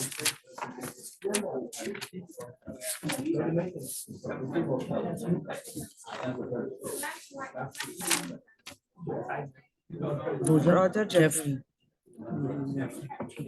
Roger Jeffrey. ये on है camera?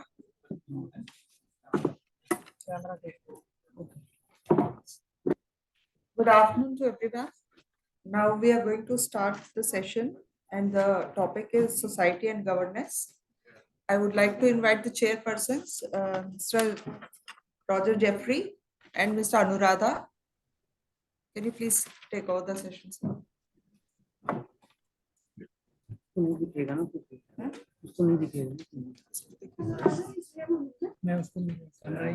was searching for you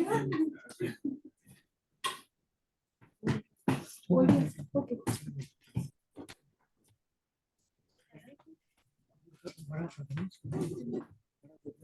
क्या वो उसके पास है मेरे पास नहीं है। अच्छा उसके पास है। हाँ। Good evening, ladies and gentlemen. On behalf of the INI Organizing Committee, I welcome you all to the 7th session of Water and Governance session. So we have 7 or 8 presenters, and each presenter will get 10 minutes to present, with some exceptions. So I would like to invite the first presenter, Dr. Jan Willem-Huisman. His topic is success and failure of nitrogen policies. So, Jan. Yeah, good afternoon. I hope you can hear me all. Yes, we do hear you. Okay, great. Thank you very much. Well, thank you for giving this opportunity to present online. Unfortunately, I could not be in India, so I'm here in the Netherlands, as you can see, with great weather. When I thought about a presentation, I thought about a reflection on the 9 international nitrogen conferences which we started in the Netherlands in 1998. The conferences, when they started in the Netherlands, they went all over the world. So from the US to China, Brazil, New Delhi, Kampala, Melbourne, Berlin, and back in New Delhi now, in the 9th International Conference. So I thought, what did we achieve and what were successful policies? And I'll give you my personal reflection. I must say this is not a scientific reflection. It's my personal reflection of my experience with all these conferences and what I experienced globally in Europe and in the Netherlands. So those are the 3 scales that I will address shortly. Raghuram gave a very nice overview of all the steps, all the conferences that have been taken and the things that have been happened and the agreements that have been made since the first nitrogen conference. And I thought, yeah, how do you reflect on it? So I went back to the first nitrogen conference and looked at the summary statement we made then. This is an overview of multiple things that we concluded then. And if you read out, you think, oh, wow, we could have written this time. Still, there is per capita energy increase in food production. Food production is still more important than combustion of the nitrogen cycle, not everywhere, but mainly in the most polluted environments. We know most of the effects. We know most of the processes, and still there is, of course, some key processes which are uncertain. Maybe what has changed is the spatial and temporal resolution. By that time, in 1998, we didn't have much reflection on some areas of the world, which improved very much, I would say, recently. And importantly, at that time already, I thought there should be focus on abatement of the cascade of nitrogen and an integral approach. And I'll come back to that later because I don't think that we reached that so far. And is that a problem, I would ask? Then there are some things like including environmental cost in the products, education, communication, and lastly, NOx emissions, which should be a technological rather than another solution. So if you look globally, Jim Galloway made this paper an overview of the production of fossil fuel hydrogen, of Haber-Bosch hydrogen, and of biological fixation. And you see with the error that since the conference, there is still a large increase. And maybe at the last maybe 5 years, there's a stabilization, which is a good thing globally. Now, one of the conclusions was on the first nitrogen conference, it said the region with the largest human participation is Asia.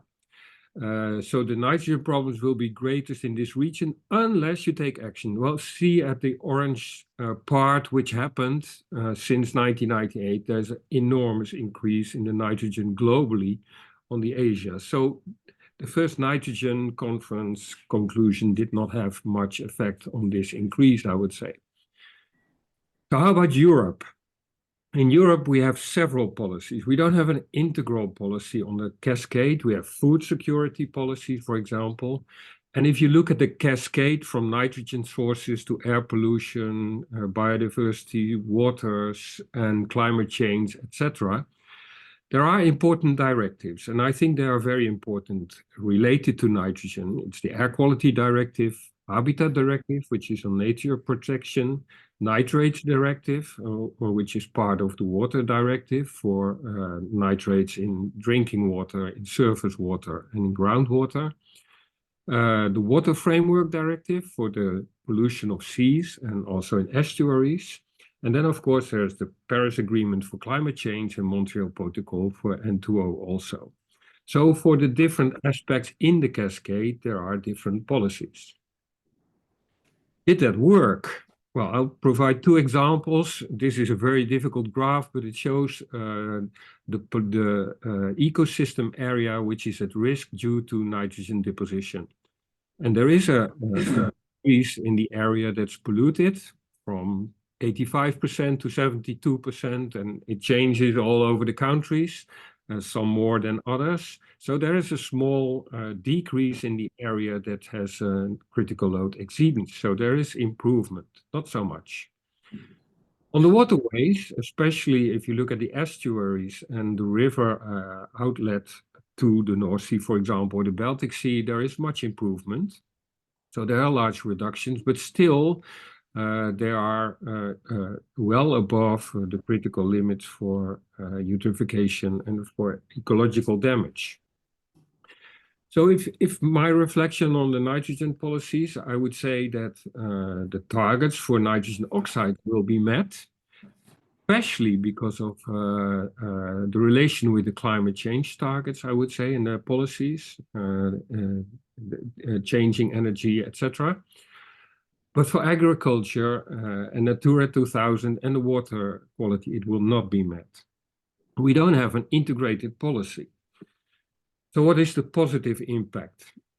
Well, what happened was when you increase prices of fossil fuel, that happened during these past 20 years, you see that there is an effect on nitrogen use efficiency.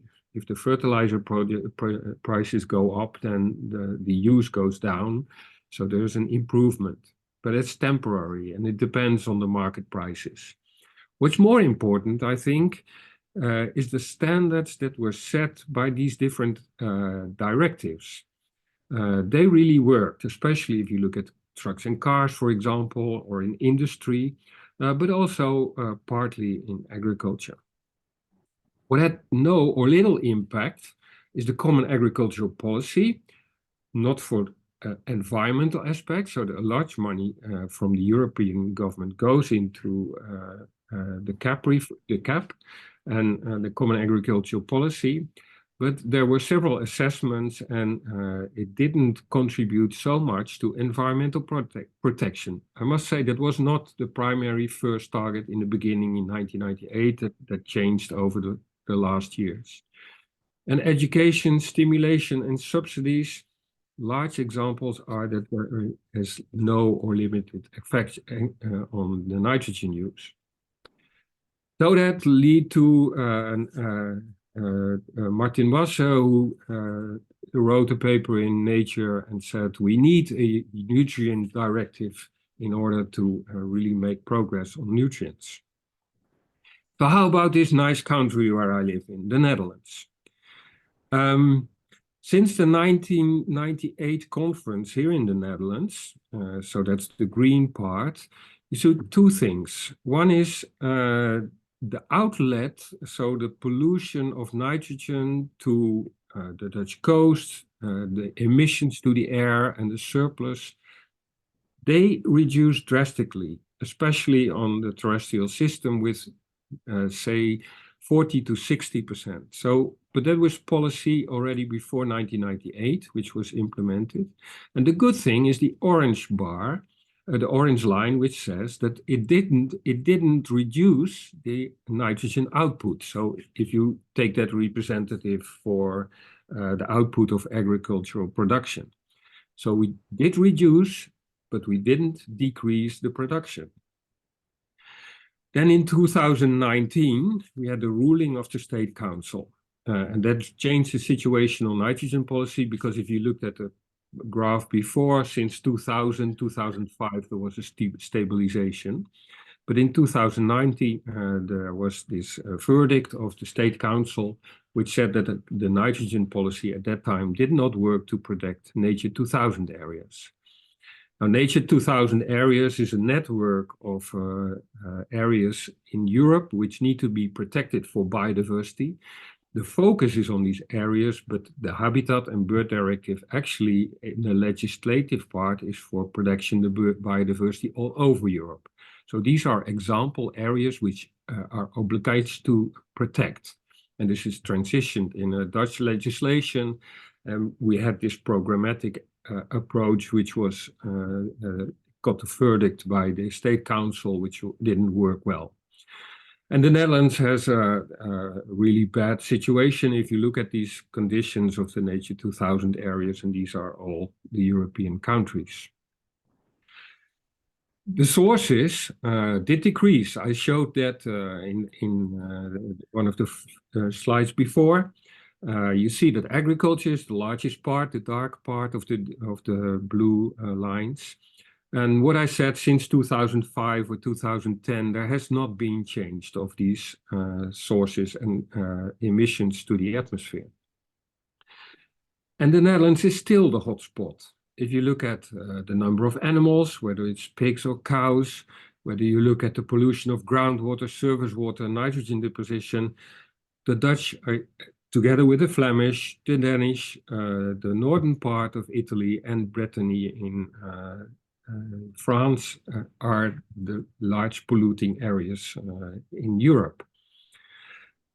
We had policies. One policy was to reduce speed on the highway from 130 to 100 during daytime and buy out pig farms. And that yielded a little bit of nitrogen reduction in order to grant permits for new activities. We had a long-term policy. It's a large policy on to protection of nature. And there's important to state that it's the aim to protect 74% of the surface area below critical loads. And if you remember the second or third slide I showed, currently in the Netherlands, it's only about 30% which is protected. There's a lot of money going in, a lot of policies to reduce in this law. But does it work? Well, if you look at the left, it's the reduction of the deposition to nature areas. And you see that the NOx reduction will be substantial, but in agriculture, it will be very limited. And to the right, you will see that the dotted line shows the prediction of the protected areas, which is currently 30% and will not reach the 74% in 25. So there is new policy needed, especially on agriculture. What are those policies now? The peak loader buyout, so 3,000 farmers can be bought out voluntarily. They get a compensation of 120% for the buyout. And there is a large focus on innovation, maybe reallocation or conversion of systems. The other policy is an integrated rural approach. That's more like an integral approach because that contains the policy for reaching targets on climate, nature quality, and water quality. So there are targets set for these pollutants. And the provincial has the responsibility to reach these targets. They get budget for that, if there will be budget enough. And they work together with farmers, with industry in regions to reach these targets. But this is long term. This is not happening tomorrow, so to say. So still we are lacking policies in agriculture to reduce the nitrogen in the Netherlands. So to finalize, what is my reflection on since the first nitrogen conference? Nitrogen management is difficult. Yeah, sure. Netherlands shows that. If you look currently in Europe, there are protests by the farmers, not so much because of nitrogen management, but because of agricultural management and because of the basic problem that there is a market, an economy for the farmer, which does not match the increasing cost due to environmental regulations. So either we do something about the cost or we do something about the market situation. But that's the balance that we have to look for. And nitrogen is in the middle of that. I would say set accountable targets. I think that the nitrate directive, the habitat directive shows that if you set these targets and show and make sure there's the compliance with these targets, then that'll work. The difficulty is that you have to do that in all scales. So from global, the Paris Agreement, up to local for nature protection or water protection, for example. So you have to translate it two ways, and key performance indicators can play a role in that. What is lacking, I think, is a vision, especially in Europe, but also in the Netherlands, is what is a food vision? Talking about health, talking about the agriculture situation. Would the Netherlands like to be the second exporter of food in the world, or can we also do with less and more balanced production with environmental limits, so to say? So policies should, especially for agriculture, be secure for the long time. So the farmers should know what they have to do the coming years, but also what the end goal is. So then you can invest in the right way, and policies should aim at the transition to this situation, new situation, according to a vision of food in Europe and the Netherlands. Internalizing cost, that was already in the first conference, one of the issues that was recommended, internalize environmental cost, but do that in a just and social policy package. So make sure that food is still available for everybody, and the same with energy, and that those who pollute more pay more for the pollution that they provide. Technology and innovation is very important, but it shouldn't be the major aim. It should be supporting to the aim that we have and the targets that we want to meet there. And what you see in practice is that we focus too much as technology, saying, putting that up front, we need technology, but technology is just supportive to what you want to reach. And finally, we did a lot of science, but still, and you see that in the discussion of the Netherlands, science is very important. Data monitoring, be transparent about uncertainties and what you can and what you cannot do. It's not up to science to do to make policies, but the science should be enough in order to support the policies that need to be implemented to support a production and a clear nitrogen management plan for the future. So with this, I think this is my personal reflection. I'm happy to answer questions. So thank you very much for your attention. Thank you, Dr. Jan, for the presentation on success and failure of policies. Now the floor is open for discussion.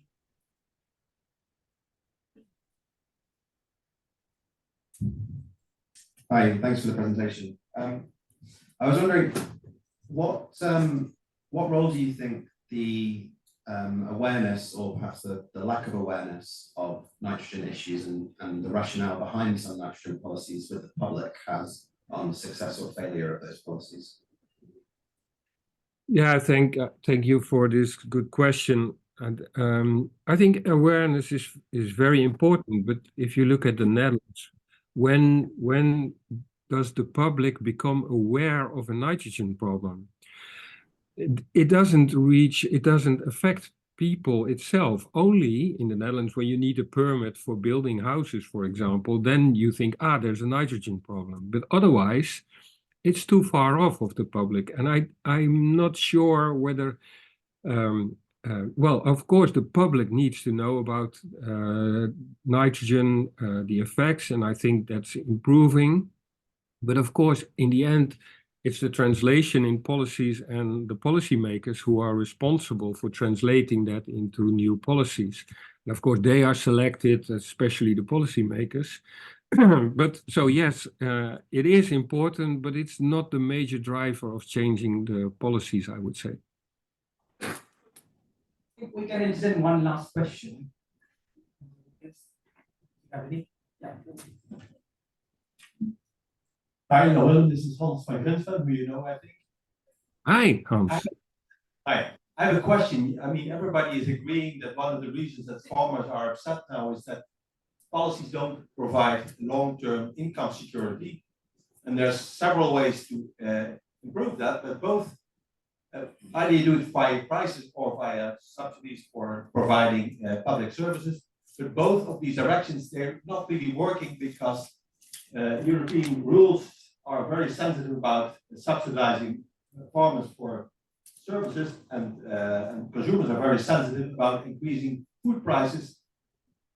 So what do you think is the direction, and what do you think about the barriers, the current barriers to do that?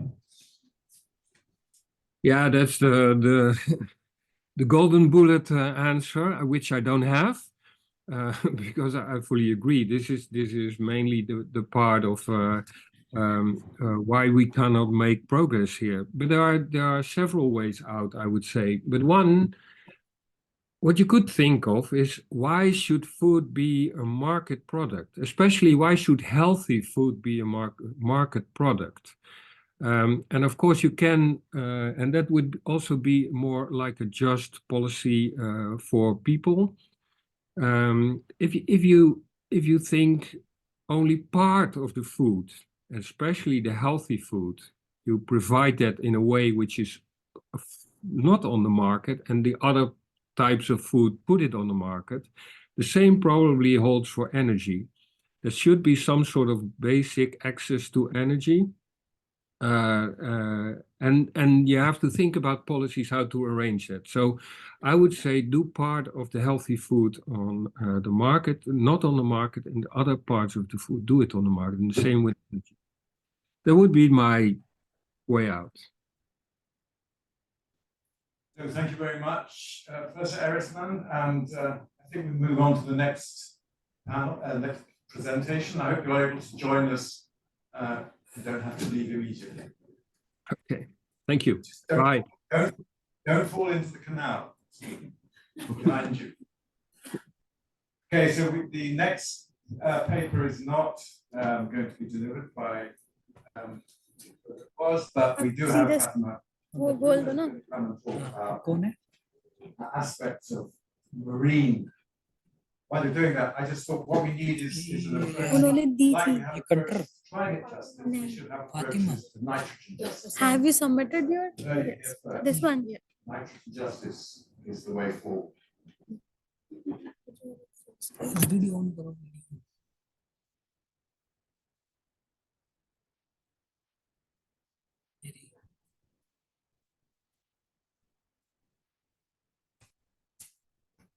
See, Gaya, perfect.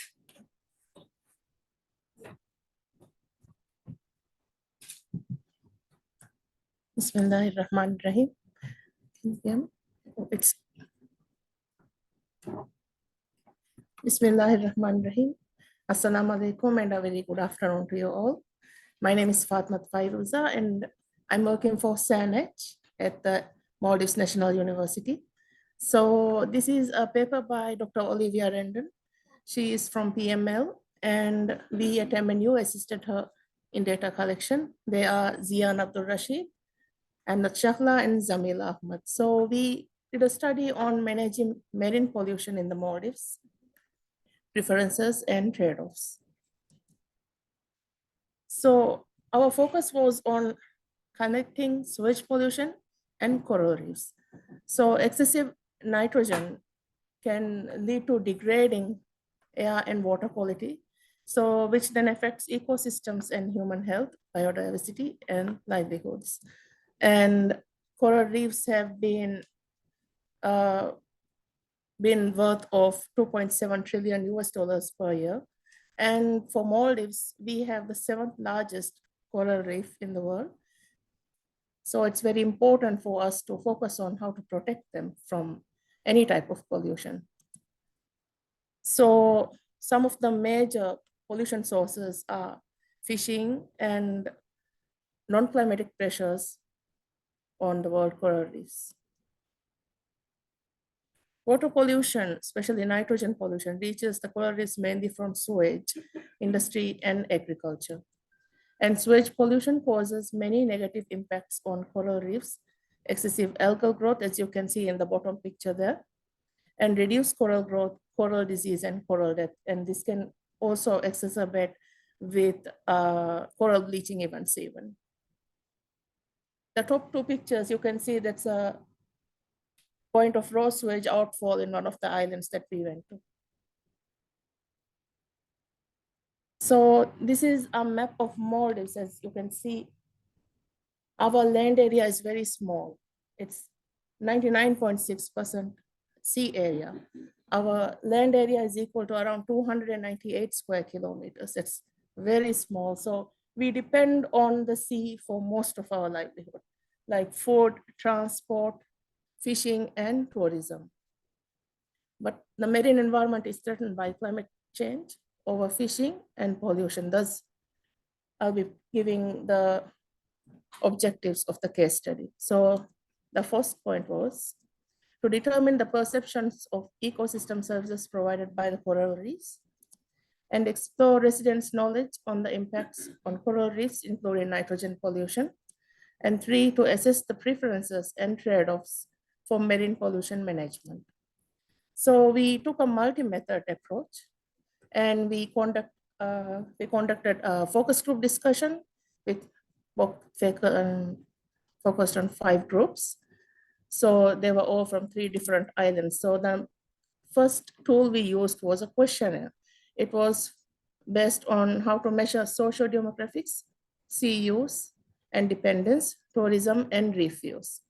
The second tool we used was participatory mapping.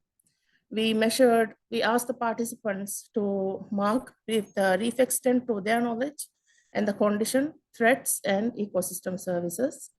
Then the third activity included individual scenario selection. We provided them with scenarios, so they had to select based on their knowledge on sewage management and motivations.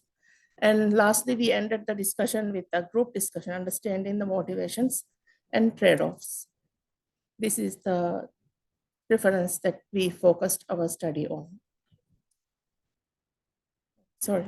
So that's a picture of, we did not take their names. We did not record anything. So we were taking notes from everything they said. It was all jotted down. And the map was marked, giving markers and stickers. So it was very engaging then. I would also like to highlight that they were very reluctant to come. But once they came, they did not want to leave. So I'll be showing the case study sites. So this is a map of the central Maldives.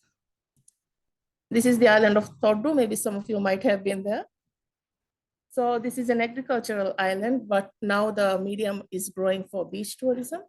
It has the, I think one of the most important crops that they focus on is watermelon.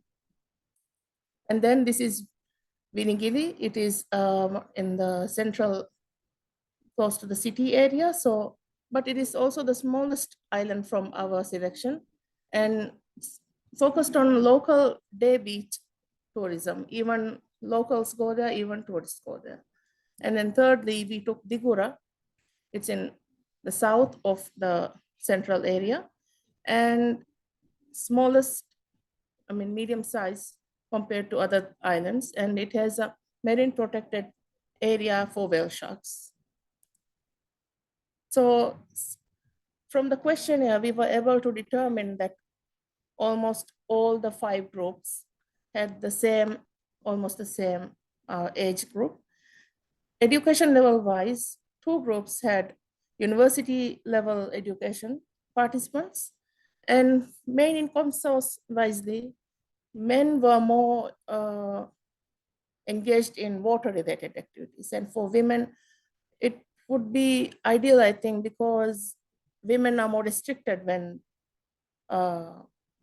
like in the job market, from scuba diving to snorkeling, those activities are limited for women.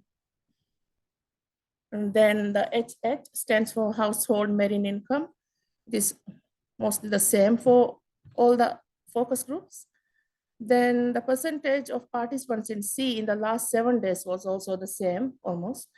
And the percentage of participants who have scuba dived was 0 for the Digura female group. That's one of the highlights that from what we learned from the questionnaire. Looking into the coral reef condition and example discrepancies. So this is a map of Viligili. So I won't be going into the whole legend, but the red area shows the degraded reef area and the green for the healthy reef area. So these areas have been marked by the participants and it's now generated by using heat maps. So the participants noted that 28% of the reef was healthy and 56% was degraded.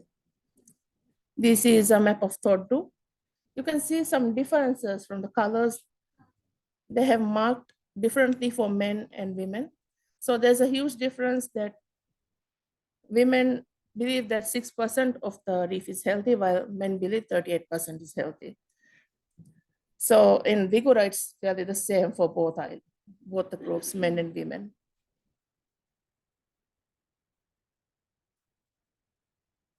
Then looking into the scenario description. So all the islands in Maldives do not have a sewage treatment plant. So it's all going raw into the ocean currently.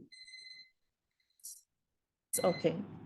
So we gave 3 scenarios. So one was, given a sewage treatment plant is in place, 0% increase in tourists, 80% increase in the coral health. So these scenarios were given and I will show you the result in the next slide. So based on their ecosystem perceptions, the people, like the participants, were more focused on non-material services from the reef, like beauty or having iconic species and social gatherings, learning to dive. And only mention was wave protection to prevent erosion. Then they also found that getting food from the reef was important, medicine, ornaments, and fertilizers. So some of the farmers used seaweed as a fertilizer in their farms.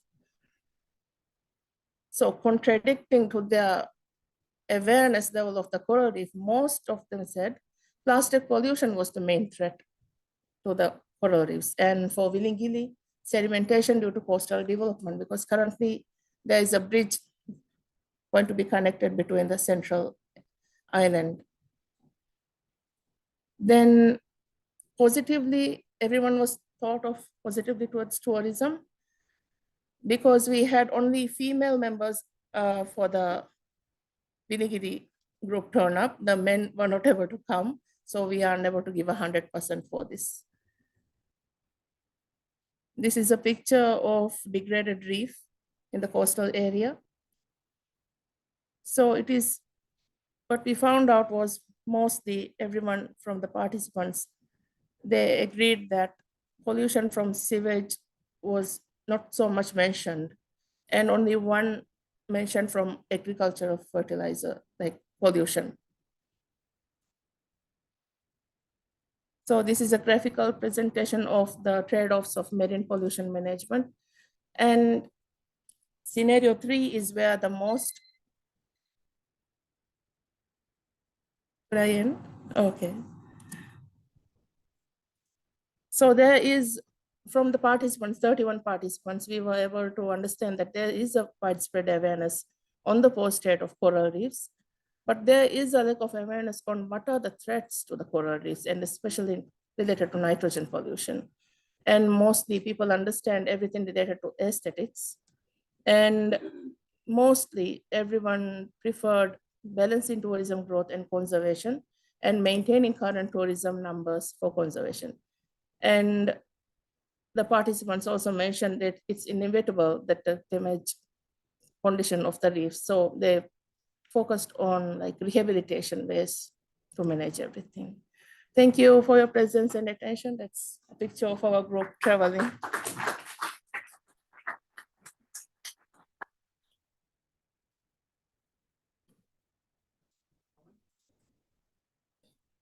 Yeah.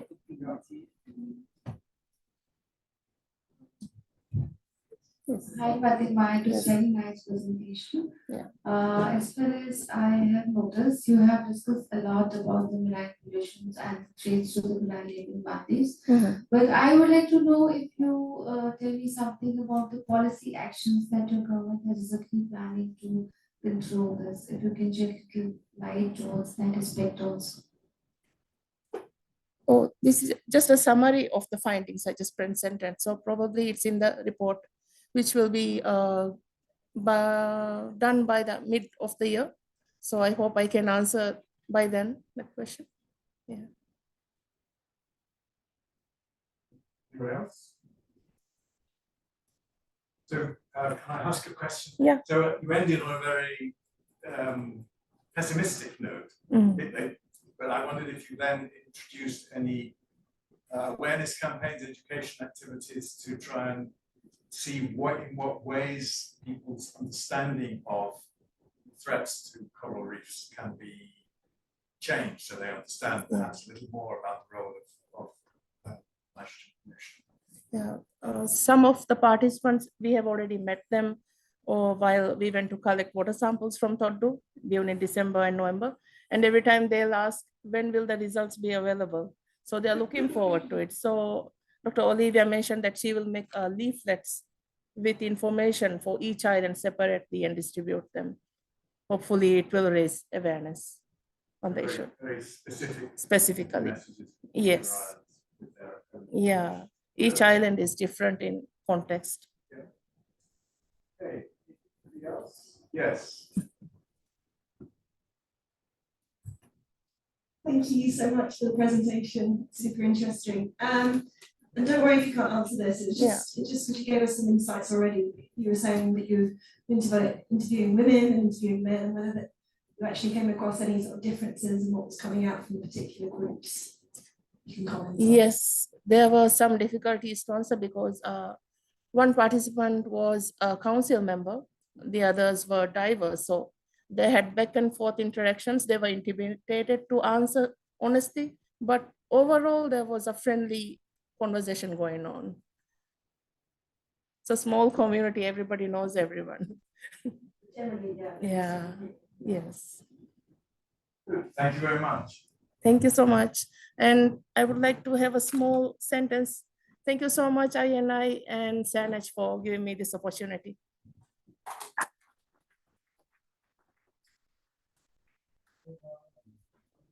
presenter is Dr. Marcus.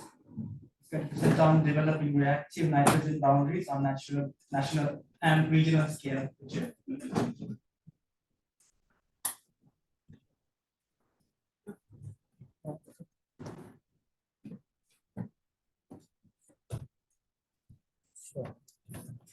Okay, hello, good afternoon. My name is Markus Geupel from the German Environment Agency. And I have the challenge to present an insight into a project that we are running at the agency together with my co-authors at the various institutes that has a very complex method and a little bit of a delay. So I'm focusing on the methods, and I hope you will be not angry with me if I take 2 minutes more of your time. So first of all, the German Environment Agency is attached to the Federal Ministry for the Environment. And one of our main tasks is to advise policymakers of the Federal Ministry for the Environment. And this project I'm going to talk about is to collect data and to advise the ministry with regard to the development of a national nitrogen strategy. So why do we need a national nitrogen strategy? This is only a very brief insight into the nitrogen situation in Germany. This bar chart can be seen also on a poster that I put up this afternoon. We see that there are high inputs into atmosphere and into the hydrosphere in Germany. They remain high more or less since 20 years. And then there are different sectors, of course, contributing to the nitrogen problem. Agriculture is contributing 2/3 of it. And yeah, also different compartments of the biosphere are affected. Atmosphere with 2/3 and surface waters with 1/3. So a strategic approach is needed. And we tried this already before. So the project I'm going to talk about builds up on another project that we published already 3 years ago. In this project, we tried to derive a national nitrogen target, but this was an interim target. So it was based on the situation, on the legislative situation and targets only for 2030. And also it didn't contain a regional resolution. So it was a national target. And with this project now, it is basically a follow-up project. We focus on the same, more or less on the same methodology, but we want to have a regional resolution in defining the targets. That's one important point. And also we would want to have a good ecological status everywhere. So it's not an interim target anymore, but we would like to achieve a good ecological and health status of the affected compartments, of the nitrogen affected compartments everywhere in Germany. So we look into 7 indicators, impact indicators that are affected by reactive nitrogen, with the assumption that the related quality targets should be met. And from there, we back calculate the maximum allowable nitrogen losses or emissions for all in all 300 different districts. So Germany, the lowest administrative resolution are level is the district level. And I placed here a hexagon to illustrate the districts, and you will see this on the next slides on and on to illustrate the method. One important assumption was that we meet the targets and that we meet the targets related to the different impact indicators by national measures. So with national emission reduction only. So that was the first assumption. So now I'm going through the indicators. Here we see terrestrial ecosystems affected by eutrophication. So here we seek compliance with critical loads for sensitive ecosystems across Germany. The objective, therefore, is to find sufficient reduction of national ammonia and nitrogen oxide emissions. And we look for compliance in each of the 300 different districts. So to illustrate what we are doing, you see here the hexagons, and in the green district, we look for zero exceedance of critical load. So here the nitrogen deposition needs to be reduced, and the reduction has to be done in other districts, so to say in all the other 300 districts. And to back calculate which reduction is needed in the other districts, we use a source-receptor relationship of the atmospheric transport model, Lotus-Euros, on a federal state level. And we do this for each of the 300 districts. So we look how much the deposition needs to be reduced, and back calculate how much this means in terms of emission reduction in the other districts. So, and then we can accumulate the results to a reduction of ammonia and nitrogen oxide emissions in the 300 districts.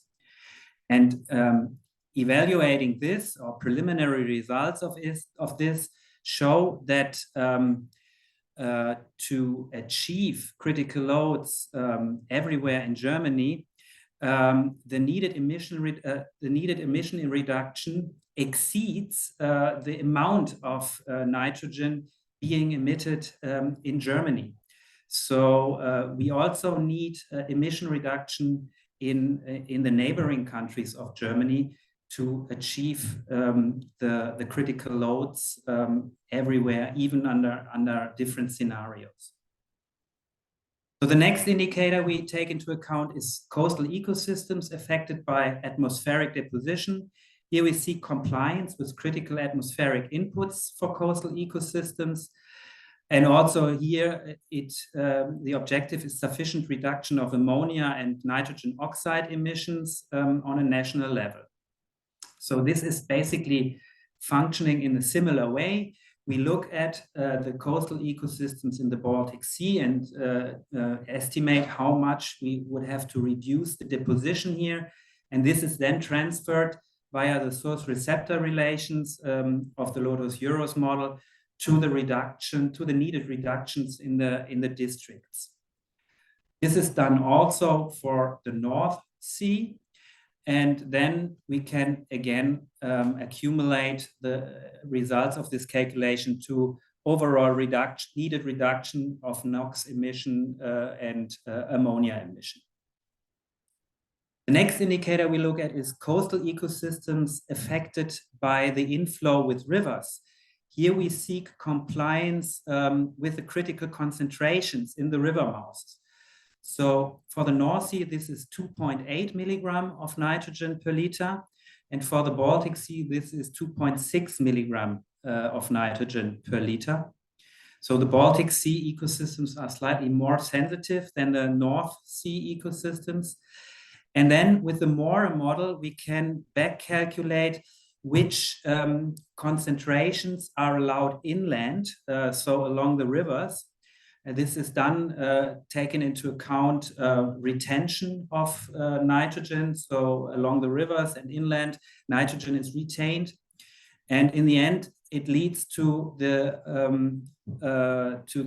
possibility to calculate needed reduction of inputs via point sources or diffuse inputs. And what you see on the map, on the map most right, so with the green shades, you see that not for all the districts a reduction is needed because the critical concentrations are met already inland. The next aspect we are looking at is groundwater quality. Here we see compliance with critical concentrations of 50 milligram nitrate per liter in groundwater. We look at the groundwater measuring points of the federal states. It's a large data set. And we look at the measurements of the period from 2017 to 2020. And we can transfer those point data to our grid. And then we can check for each district or for each grid if the 50 milligram nitrogen per liter is exceeded or not. This leads to a needed reduction, and the percentage of this reduction can then be transferred to the agricultural surplus data, assuming that all agricultural surplus is influencing the nitrate in groundwater. Next, greenhouse gas emission with nitrous oxide. Here we see compliance with the national reduction targets of nitrous oxide emissions under the Climate Act. And objective is to reduce agricultural emissions by 16% and the other sector nitrous oxide emissions by 44%. And as we have maps with the resolution of nitrous oxide emissions across Germany and also sector-wise information of that, we can apply those reduction factors for agriculture and the other sectors to the districts and calculate the needed reduction of nitrous oxide. Then we look at ammonia affecting vegetation. Here we see compliance with a critical level of 1 microgram for the very sensitive ecosystems and with a critical level of 3 microgram for the rest of the semi-natural and natural vegetation. So the first step here is to attribute the target concentration to the ecosystem. So this leads to the fact to look if 1 microgram or 3 microgram per cubic meter has to be reached in the district. So the calculated needed concentration reduction can be derived from comparing a concentration map, an actual concentration map with a target map. And then this will be distributed to reduce emissions again in the surrounding districts with the source receptor relations of the Lotus-Euros model. And now the last one, NO2, I will skip and come to the last step, combining the results. So for all 7 indicators, it will result in individual caps of nitrogen for each district. So to say caps for NOx, caps for ammonia, N2O, and nitrate. And those can be combined then to an overall nitrogen cap per district. And here I would like to mention that ammonia caps, NOx caps, and nitrate caps are developed with different, with several of those indicators. And always the lowest result will taken, so the most sensitive result will be taken into account. And then from the nitrogen caps for the districts, we can integrate to a national nitrogen target on a national level. So conclusion, what do we expect? I already mentioned that these are very preliminary results and mainly method. So yeah, the project has a little bit of delay. We expect it to end in June this year. Publication until then will be in preparation. So I'm sorry, other than expected, I was not able to present the final results here, but still we have some expectations. So we expect nitrogen caps for 300 districts. Each district cap will be distinguishable between different species. And that means that we will have a good screening tool for the lowest administrative level in Germany to plan measures and to implement measures. For the national strategic activities, we also have a good tool then with the overall ecologic national target. And then I'd like to mention again our results of achieving critical loads for nitrogen deposition, which show that Germany alone will not be able to solve its nitrogen problem, that we need also emission reduction in neighboring countries, and therefore international cooperation is needed. with that, thank you to my co-authors and Just one question. Yeah. Brief one. We'll try and make it brief. Thank you very much for a very interesting presentation. We've been doing some work for the Scottish Government on targets for a national use sufficiency, or a national use sufficiency target for agriculture. And the end of our research actually came up to say, don't have a target, an NUE target, because people don't understand what that is. We said have a target for nitrogen waste. So I'm just interested, you're talking about caps, but you're also talking about target. So a target is something to aim for, and a cap is this to stop at. So the research is fascinating, but I'm wondering how you're gonna make people who don't understand it all understand what they need to do. I think it's easier to understand with a nitrogen cap. Yeah, it's something like I would like to compare it with a 2-degree value of the climate community. Yeah, otherwise we would have to tell, or we have to tell the people, you have to comply with nitrate in groundwater. You have to comply with a certain amount of nitrogen in surface water. Also, we want to protect the ecosystem, so nitrogen deposition has to be reduced, and so on and so on. So I think integrating it into one value, which is easily communicable. So you have to reduce your nitrogen emissions or your nitrogen loading by a factor of X. I think in the end that it will be easier communicable than talking about different targets, quality targets in groundwater or in the atmosphere. That's my expectation I have, or that we have there. Yeah.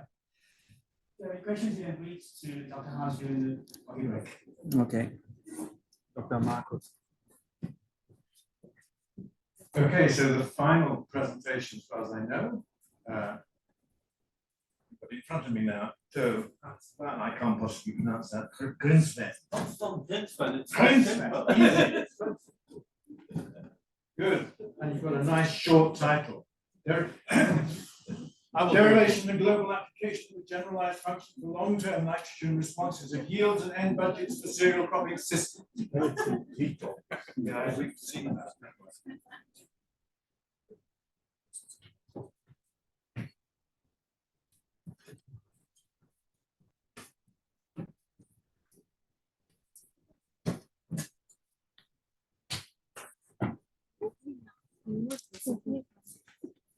Well, thank you. First of all, as a country, we offer our assistance to Germany to solve the nitrogen problem, because all our ammonia blows to Germany and we're reducing it. So it's a modest contribution, but it's free. I probably win the prize for the longest title because in fact, it's a combination of two recent papers. The first one was about derivation of a generalized function for long-term nitrogen response of grain yields. That was published in Nature in 2022. And we did a global implementation of this long-term function for global cereal cultivation in a paper that was published by Alfredo Rodriguez and co-authors in Stoughton last December. And there's also some cost benefits. So there's some social stuff in here too. Which one should I push? No, not this one. Yeah, I got it. Which one should I push? Which button? Just push this one? Yeah, that's fine. Okay. Yes, it works. Well, this is old stuff for you. I mean, why should we be interested in understanding yield responses to nitrogen? First of all, the yield response determines the nitrogen use efficiency, the nitrogen surplus, so it drives a large part of the nitrogen pollution. And secondly, we need these functions because they allow us to derive optimal nitrogen rates, both from the perspective of a farm economy, or from the perspective of the society. So you don't want to be at the low end of the curve because then there's a huge yield gap. And you don't want to be at the far end of the curve because then the nitrogen use efficiency is very low and you have a lot of nitrogen pollution coming from these additional kilograms of nitrogen. Why do we focus on cereals? Well, that's also quite clear. They use about half of the global problem. They feed the world and they use about half of the synthetic fertilizer in the global crop production. And we need to think about this because there's a huge problem in terms of future cereal sufficiency. Population is growing, diets are changing, and the global production of cereals is not really easily to increase because of there's a shortage of land, and there's a stagnation in the increase of maximum yields in many countries. So we need to think about a balance between producing more cereal grains with more fertilizer, but also protecting the environment. You know about this. And this kind of global analysis helps us to develop strategies or international policies. But there's a problem, and that's the first part of my talk. The classical end response curve is taken from 1 or 2 year trials. There are zillions of these trials all over the world. That's the red line. That's an example for the UK wheat. But there's also long-term trials. For example, at Rothamsted, there's the former director of Rothamsted is there, and he knows about these. If you do a long-term trial, you get a different response. For this UK situation, you can see that the yield, if you expose these fields for a very long time to low inputs of nitrogen, is substantially lower than in these short-term trials. And that's because of the soil, of course. The soil can act as a source and as a sink of nitrogen. So if you are in the European situation and you want to decrease your input due to environmental concerns, the soil acts as a buffer. It will be a net sink for quite a long time. If you're in Africa and you want to increase your yields by adding more nitrogen fertilizer, you have to wait because also the soil will use part of this nitrogen.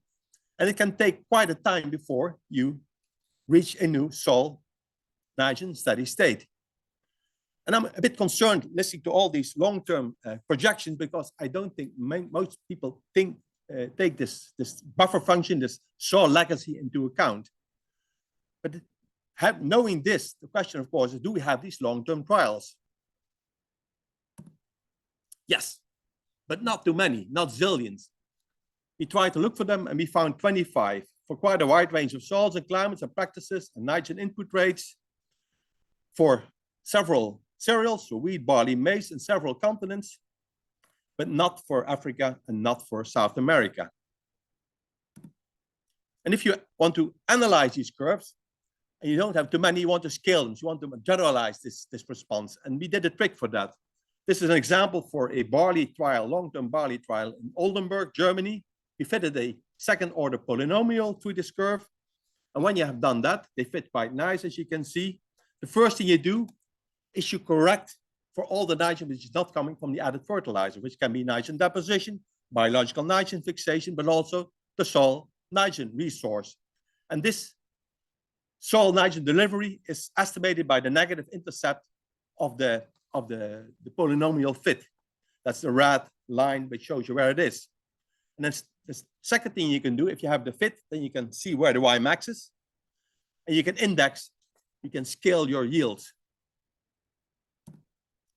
And it works. On the left-hand side, you can see the original 25 long-term trials. Long-term means 15 years or more. If you do the individual fits, they work quite nice. But if you try to fit all these points with one curve, you get a very poor R squared. That's the dotted dark line. But if you scale them with the procedure I just showed you, you get quite a nice scaling result and a quite nice fitting curve. The curve is represented by the equation below. And this is what we consider to be a generic, globally applicable nitrogen response curve for all cereals except rice. Rice is a different story. And the red line is the curve that we got from the longest running field experiment in the world. I think that's Rothamsted. That's only wheat, and it's quite close, by the way. So we now have a generic curve, long-term nitrogen response that you can use in these long-term projections. But there's a problem, a puzzling implication of this curve, because if it would exist, it means that the amount of nitrogen that you need to attain Y max, or in fact, any portion of Y max, is independent of Y max. So if you're in Pakistan with a Y max of 3 tons, or in Scotland with a Y max of 10 tons, you still would need the same amount of nitrogen to get Y max or 80% of Y max. And that's quite puzzling. You could think about explanations, for example, that Y max is associated with a very efficient root system that is able to intercept all the nitrogen you add. But you shouldn't speculate, of course, because we are scientists. And then we found someone, he's the most famous, one of the most famous theoretical crop scientists ever lived. He died many years ago. His name is Kees de Wit. And we found, and that's, in fact, that's Hein ten Berge and Renske Heijbeek, two of my co-authors, they found that already in 1992, this person published this result based on conceptual principles. And he was referring to the work of Pychyly in 1924. So the existence of this generic curve was already around for a century, because that's exactly 100 years ago. Okay, so we stand on the shoulders of giants, and we think we have an applicable, globally applicable generic curve. So let's apply it. That's work of Alfredo Rodriguez, back in the room, talk to him. We built the model, which uses this long-term generic curve, but also some other things like potential yields, but also another point, also the nitrogen response of the nitrogen content of the cereals. Because not only the yield increases, but also the nitrogen content of the grain increases with increasing input. So we also included that. We included prices of cereals and fertilizer, we included the areas, crop areas, the nitrogen inputs, and all kind of other things. We applied it for the four cereals, rain-fed and irrigated, on a country scale, and for the large countries like the US and China at state level. And for India, we are working on that. It will come soon. I heard from Arthur, if he is in the room.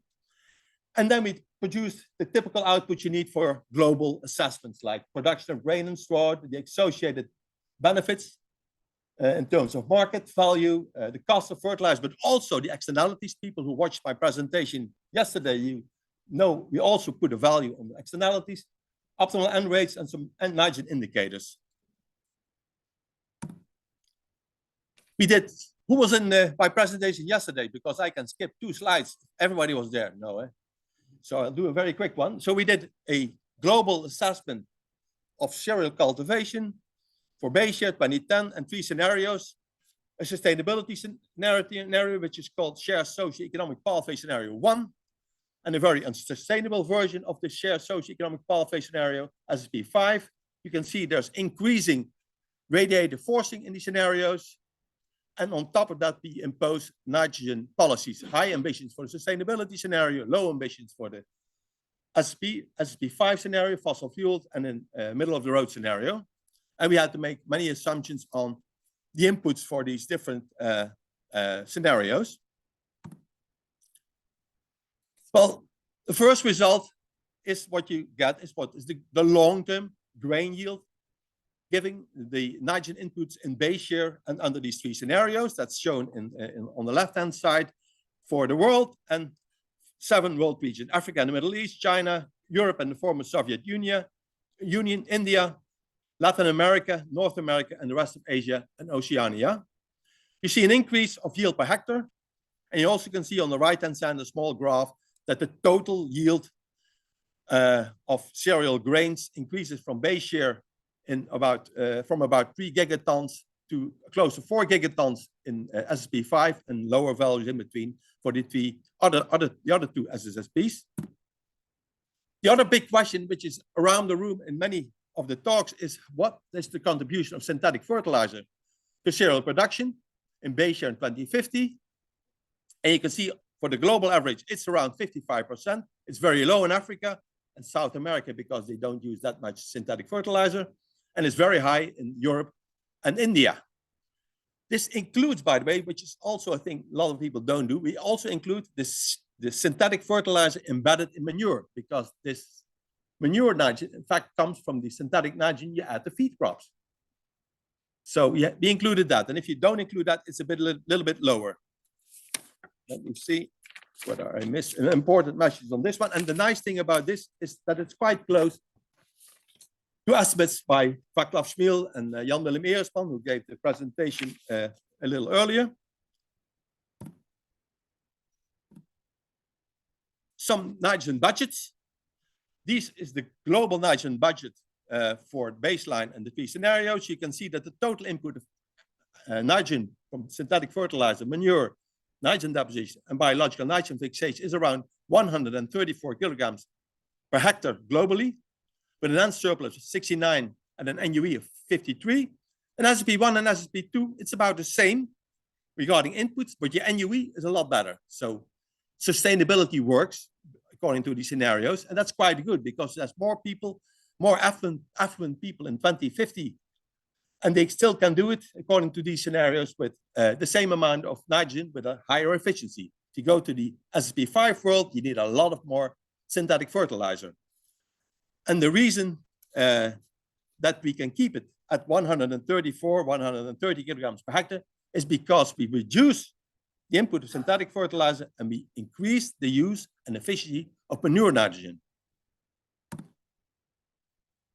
And this is the results for the regions. And I only want to point your attention at the results for India, because we are in India. And you can see that these scenarios project that India has a huge potential to more efficiently use more manure nitrogen. And they, in fact, can decrease their synthetic nitrogen input quite a bit by increasing the input and efficiency of the manure nitrogen. And only if they go to the SSP5 world, they are in trouble in terms of nitrogen pollution. But they also have higher yields. Don't forget about that. That's something about the costs. Just very quickly, wrapping up. Cost-benefit analysis. I told you a little bit about that. So we consider the cost related to impacts of nitrogen pollution and nitrogen use. At the benefit side, there's of course increased crop production. On the cost side, there's, if you look at the cereal systems, there's increased mortality by PM2.5 air pollution caused by ammonia emission, the ammonia aerosols. There is, of course, the loss of terrestrial biodiversity by increased nitrogen deposition caused by the ammonia coming from urea and manure. And there's increased pollution of marine systems and rivers by increased surpluses if you put more nitrogen into the system. Oops. How do we value the impacts? For some, it's a repetition. It's the same slide. We value, sociologists do that, a marginal change of an endpoint. So you value a marginal change of life expectancy or biodiversity. You ask people with surveys, good social surveys, about how much they're willing to pay to prevent this damage. And then you can put a value on that. I will not go into details because we can do that with the coffee. And we value the market benefits of the increased or decreased grain production by using the market prices currently or projected by economic models for 2050 and with the three scenarios. Well, this is the result. This is similar to the thing that I showed you on Monday, but this is just for cereal cultivation. So you can see that the external cost of nitrogen pollution in cereal cultivation amounts to 0.2%, and the red part is caused by the increased mortality by ammonia emissions. The green part is the decrease of biodiversity by ammonia-driven nitrogen deposition, and the blue part is the decreased quality of marine systems by N surpluses moving via groundwater to rivers to marine systems. And if you go to the SSP5, and that's about 10% of the total cost. So cereal systems contribute 10% to the total global pollution cost. If you go to the SSP1 and the SSP2 world, you can see that especially the ammonia emission goes down because there's more efficiency. That means that you have to keep the ammonia into the system. So the loss of biodiversity by ammonia and the loss of life expectancy by ammonia decreases, but the loss of marine ecosystem services stays about the same. And especially in the SSP5 scenario, you can see that the pollution cost of mortality by ammonia and biodiversity, terrestrial biodiversity by ammonia stays about the same. These are the results for the other continents. So on the left top, there's the world again. You can see that for China and India, the cost is quite a bit higher. So it amounts to 0.3 or 0.4% of the GDP for that region in that scenario. And in Europe, it's a bit lower. And the funny thing is that if you look at India, the sustainability scenarios have a large effect in India, but a much smaller effect in China. And that's because China already took more measures. I think that I'm almost done. So if you want to make an overall judgment of the benefits of nitrogen for cereal production and the cost of nitrogen in terms of nitrogen pollution, you have to do the benefit cost ratio. It should be far above 1 to be on the safe side. And if you look for cereal systems, we can see that on the global level, that's on the left-hand side here, you can see that it's 2 or more in base year and in the SSP2 scenario, but already quite close to 1 for SSP1 and SSP5. And in Europe, North America, we are already very close to this critical value of 1, and we're going below that. India is again the large exception.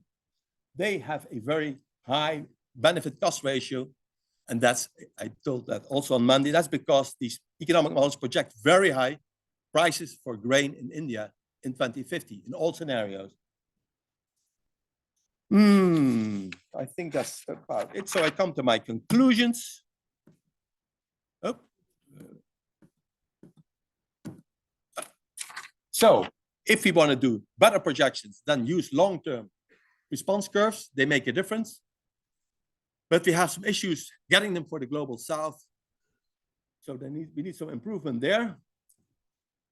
Currently, about half of the global grain production is due to synthetic nitrogen. That confirms statements by others. But keep in mind, this is what we call a ceteris paribus share. So that means if we keep the water availability at the same level, the pest protection at the same level, it's there. But if something happens with the water, something happens with the pest control, these numbers don't work. So it's ceteris paribus. Pollution costs 0.2% of GDP, so about 10% of the total cost. And I won't repeat the benefit cost ratio conclusions because I just showed them in the slide before this. But really, we are in India, and I can only confirm that India is the place to look at very keenly because things are going to change very much. It's a very dynamic system, which means we really don't know what's going to happen. So I think that's my final slide. This one I showed. So this is almost my last presentation for you. You're rid of me now. I started with ammonia research working for Nico van Bremen. He's still around. He's around 80. He invented the acidifying effect of ammonia in the forest system. Wim de Vries was there too when he did that. And he ended up with Mark Sutton doing global nitrogen benefit cost analysis. So that's how far you can sink. Thank you so much.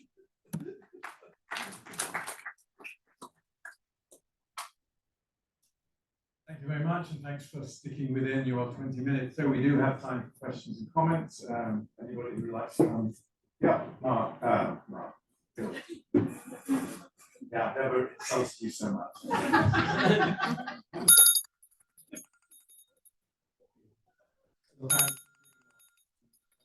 Whose phone is this? Is it yours? Yeah, it's mine. Is Yeah. it ringing? No, it's just the time is up. So in the sanitation action hub, we have these village studies. They use the manures from the animals they dry them and they use them for cooking, and it's a business. Yeah. So they sell them. So the idea to try and incorporate more manures into the fertilizer using less synthetic, how do this is just not for you. Hey, what do you think? Well, I talked about this to Raghuram, who's the expert on this, and he said everybody's moving to cooking on gas.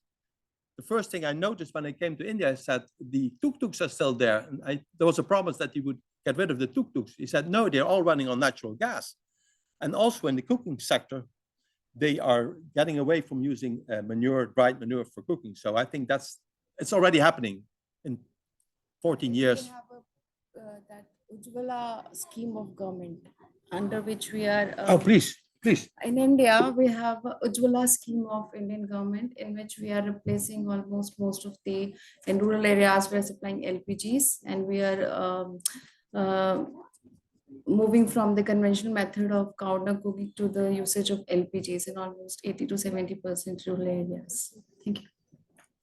Thank you so much. Can I ask a question?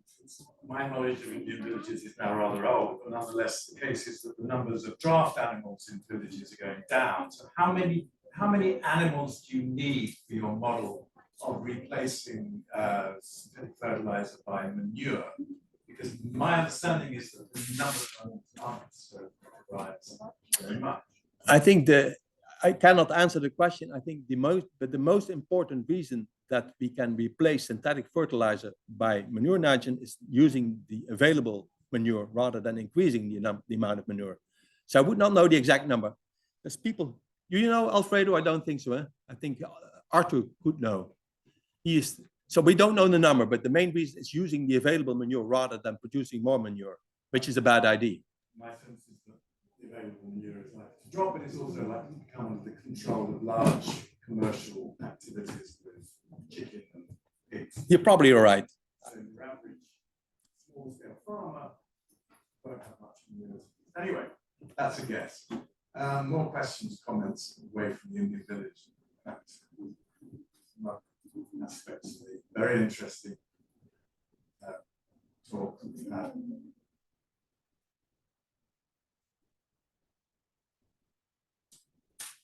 No more questions? Well, I think you've beaten us into submission. Thank you very much. Ha, thank you.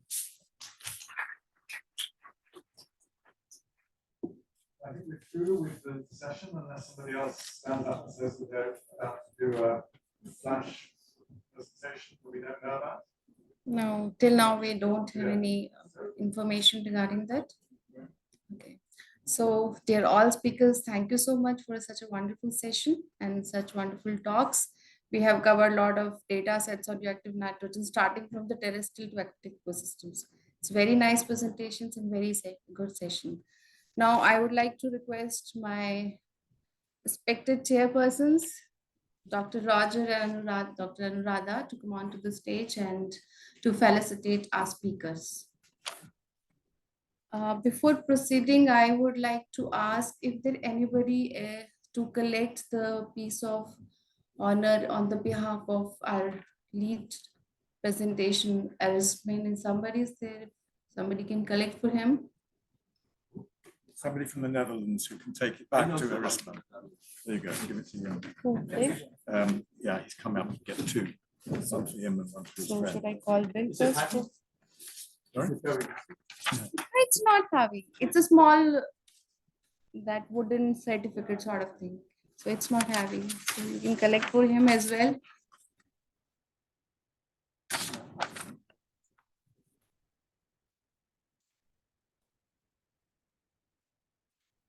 That person is Hans, right? Yeah, he's the last, yes. So you want to go in order then. So, I would like to call him. So this is Fatima. I should start with Fatima, right? Okay. Okay.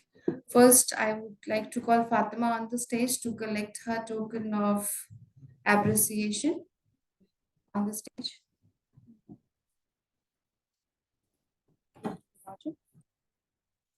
Yeah. Wait for a minute for the pic, please. Next speaker is Marcus. Mr. Marcus, please come on the stage and collect yours.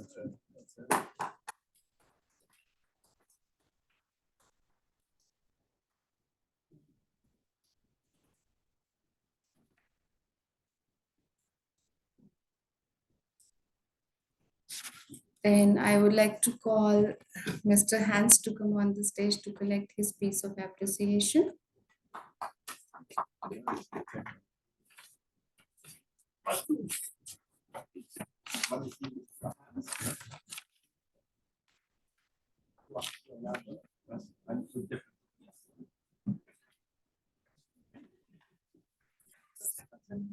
Now I would like to request Wilfred Winnie Water to come on to the stage to honor our chairpersons.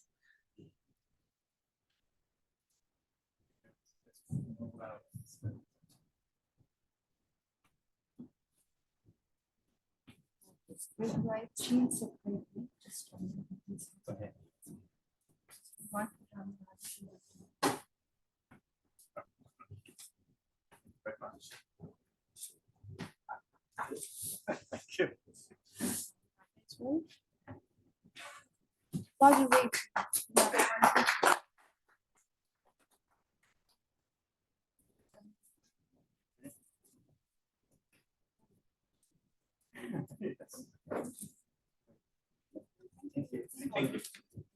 So Thank you, everyone. So it's time to wind up the session. So we'll join you at the tea break in the main auditorium hall and the poster sessions. After poster sessions, we have a plenary session starting from 5 onwards in the main auditorium hall. Okay, see you there then. Bye-bye, everyone. Bye.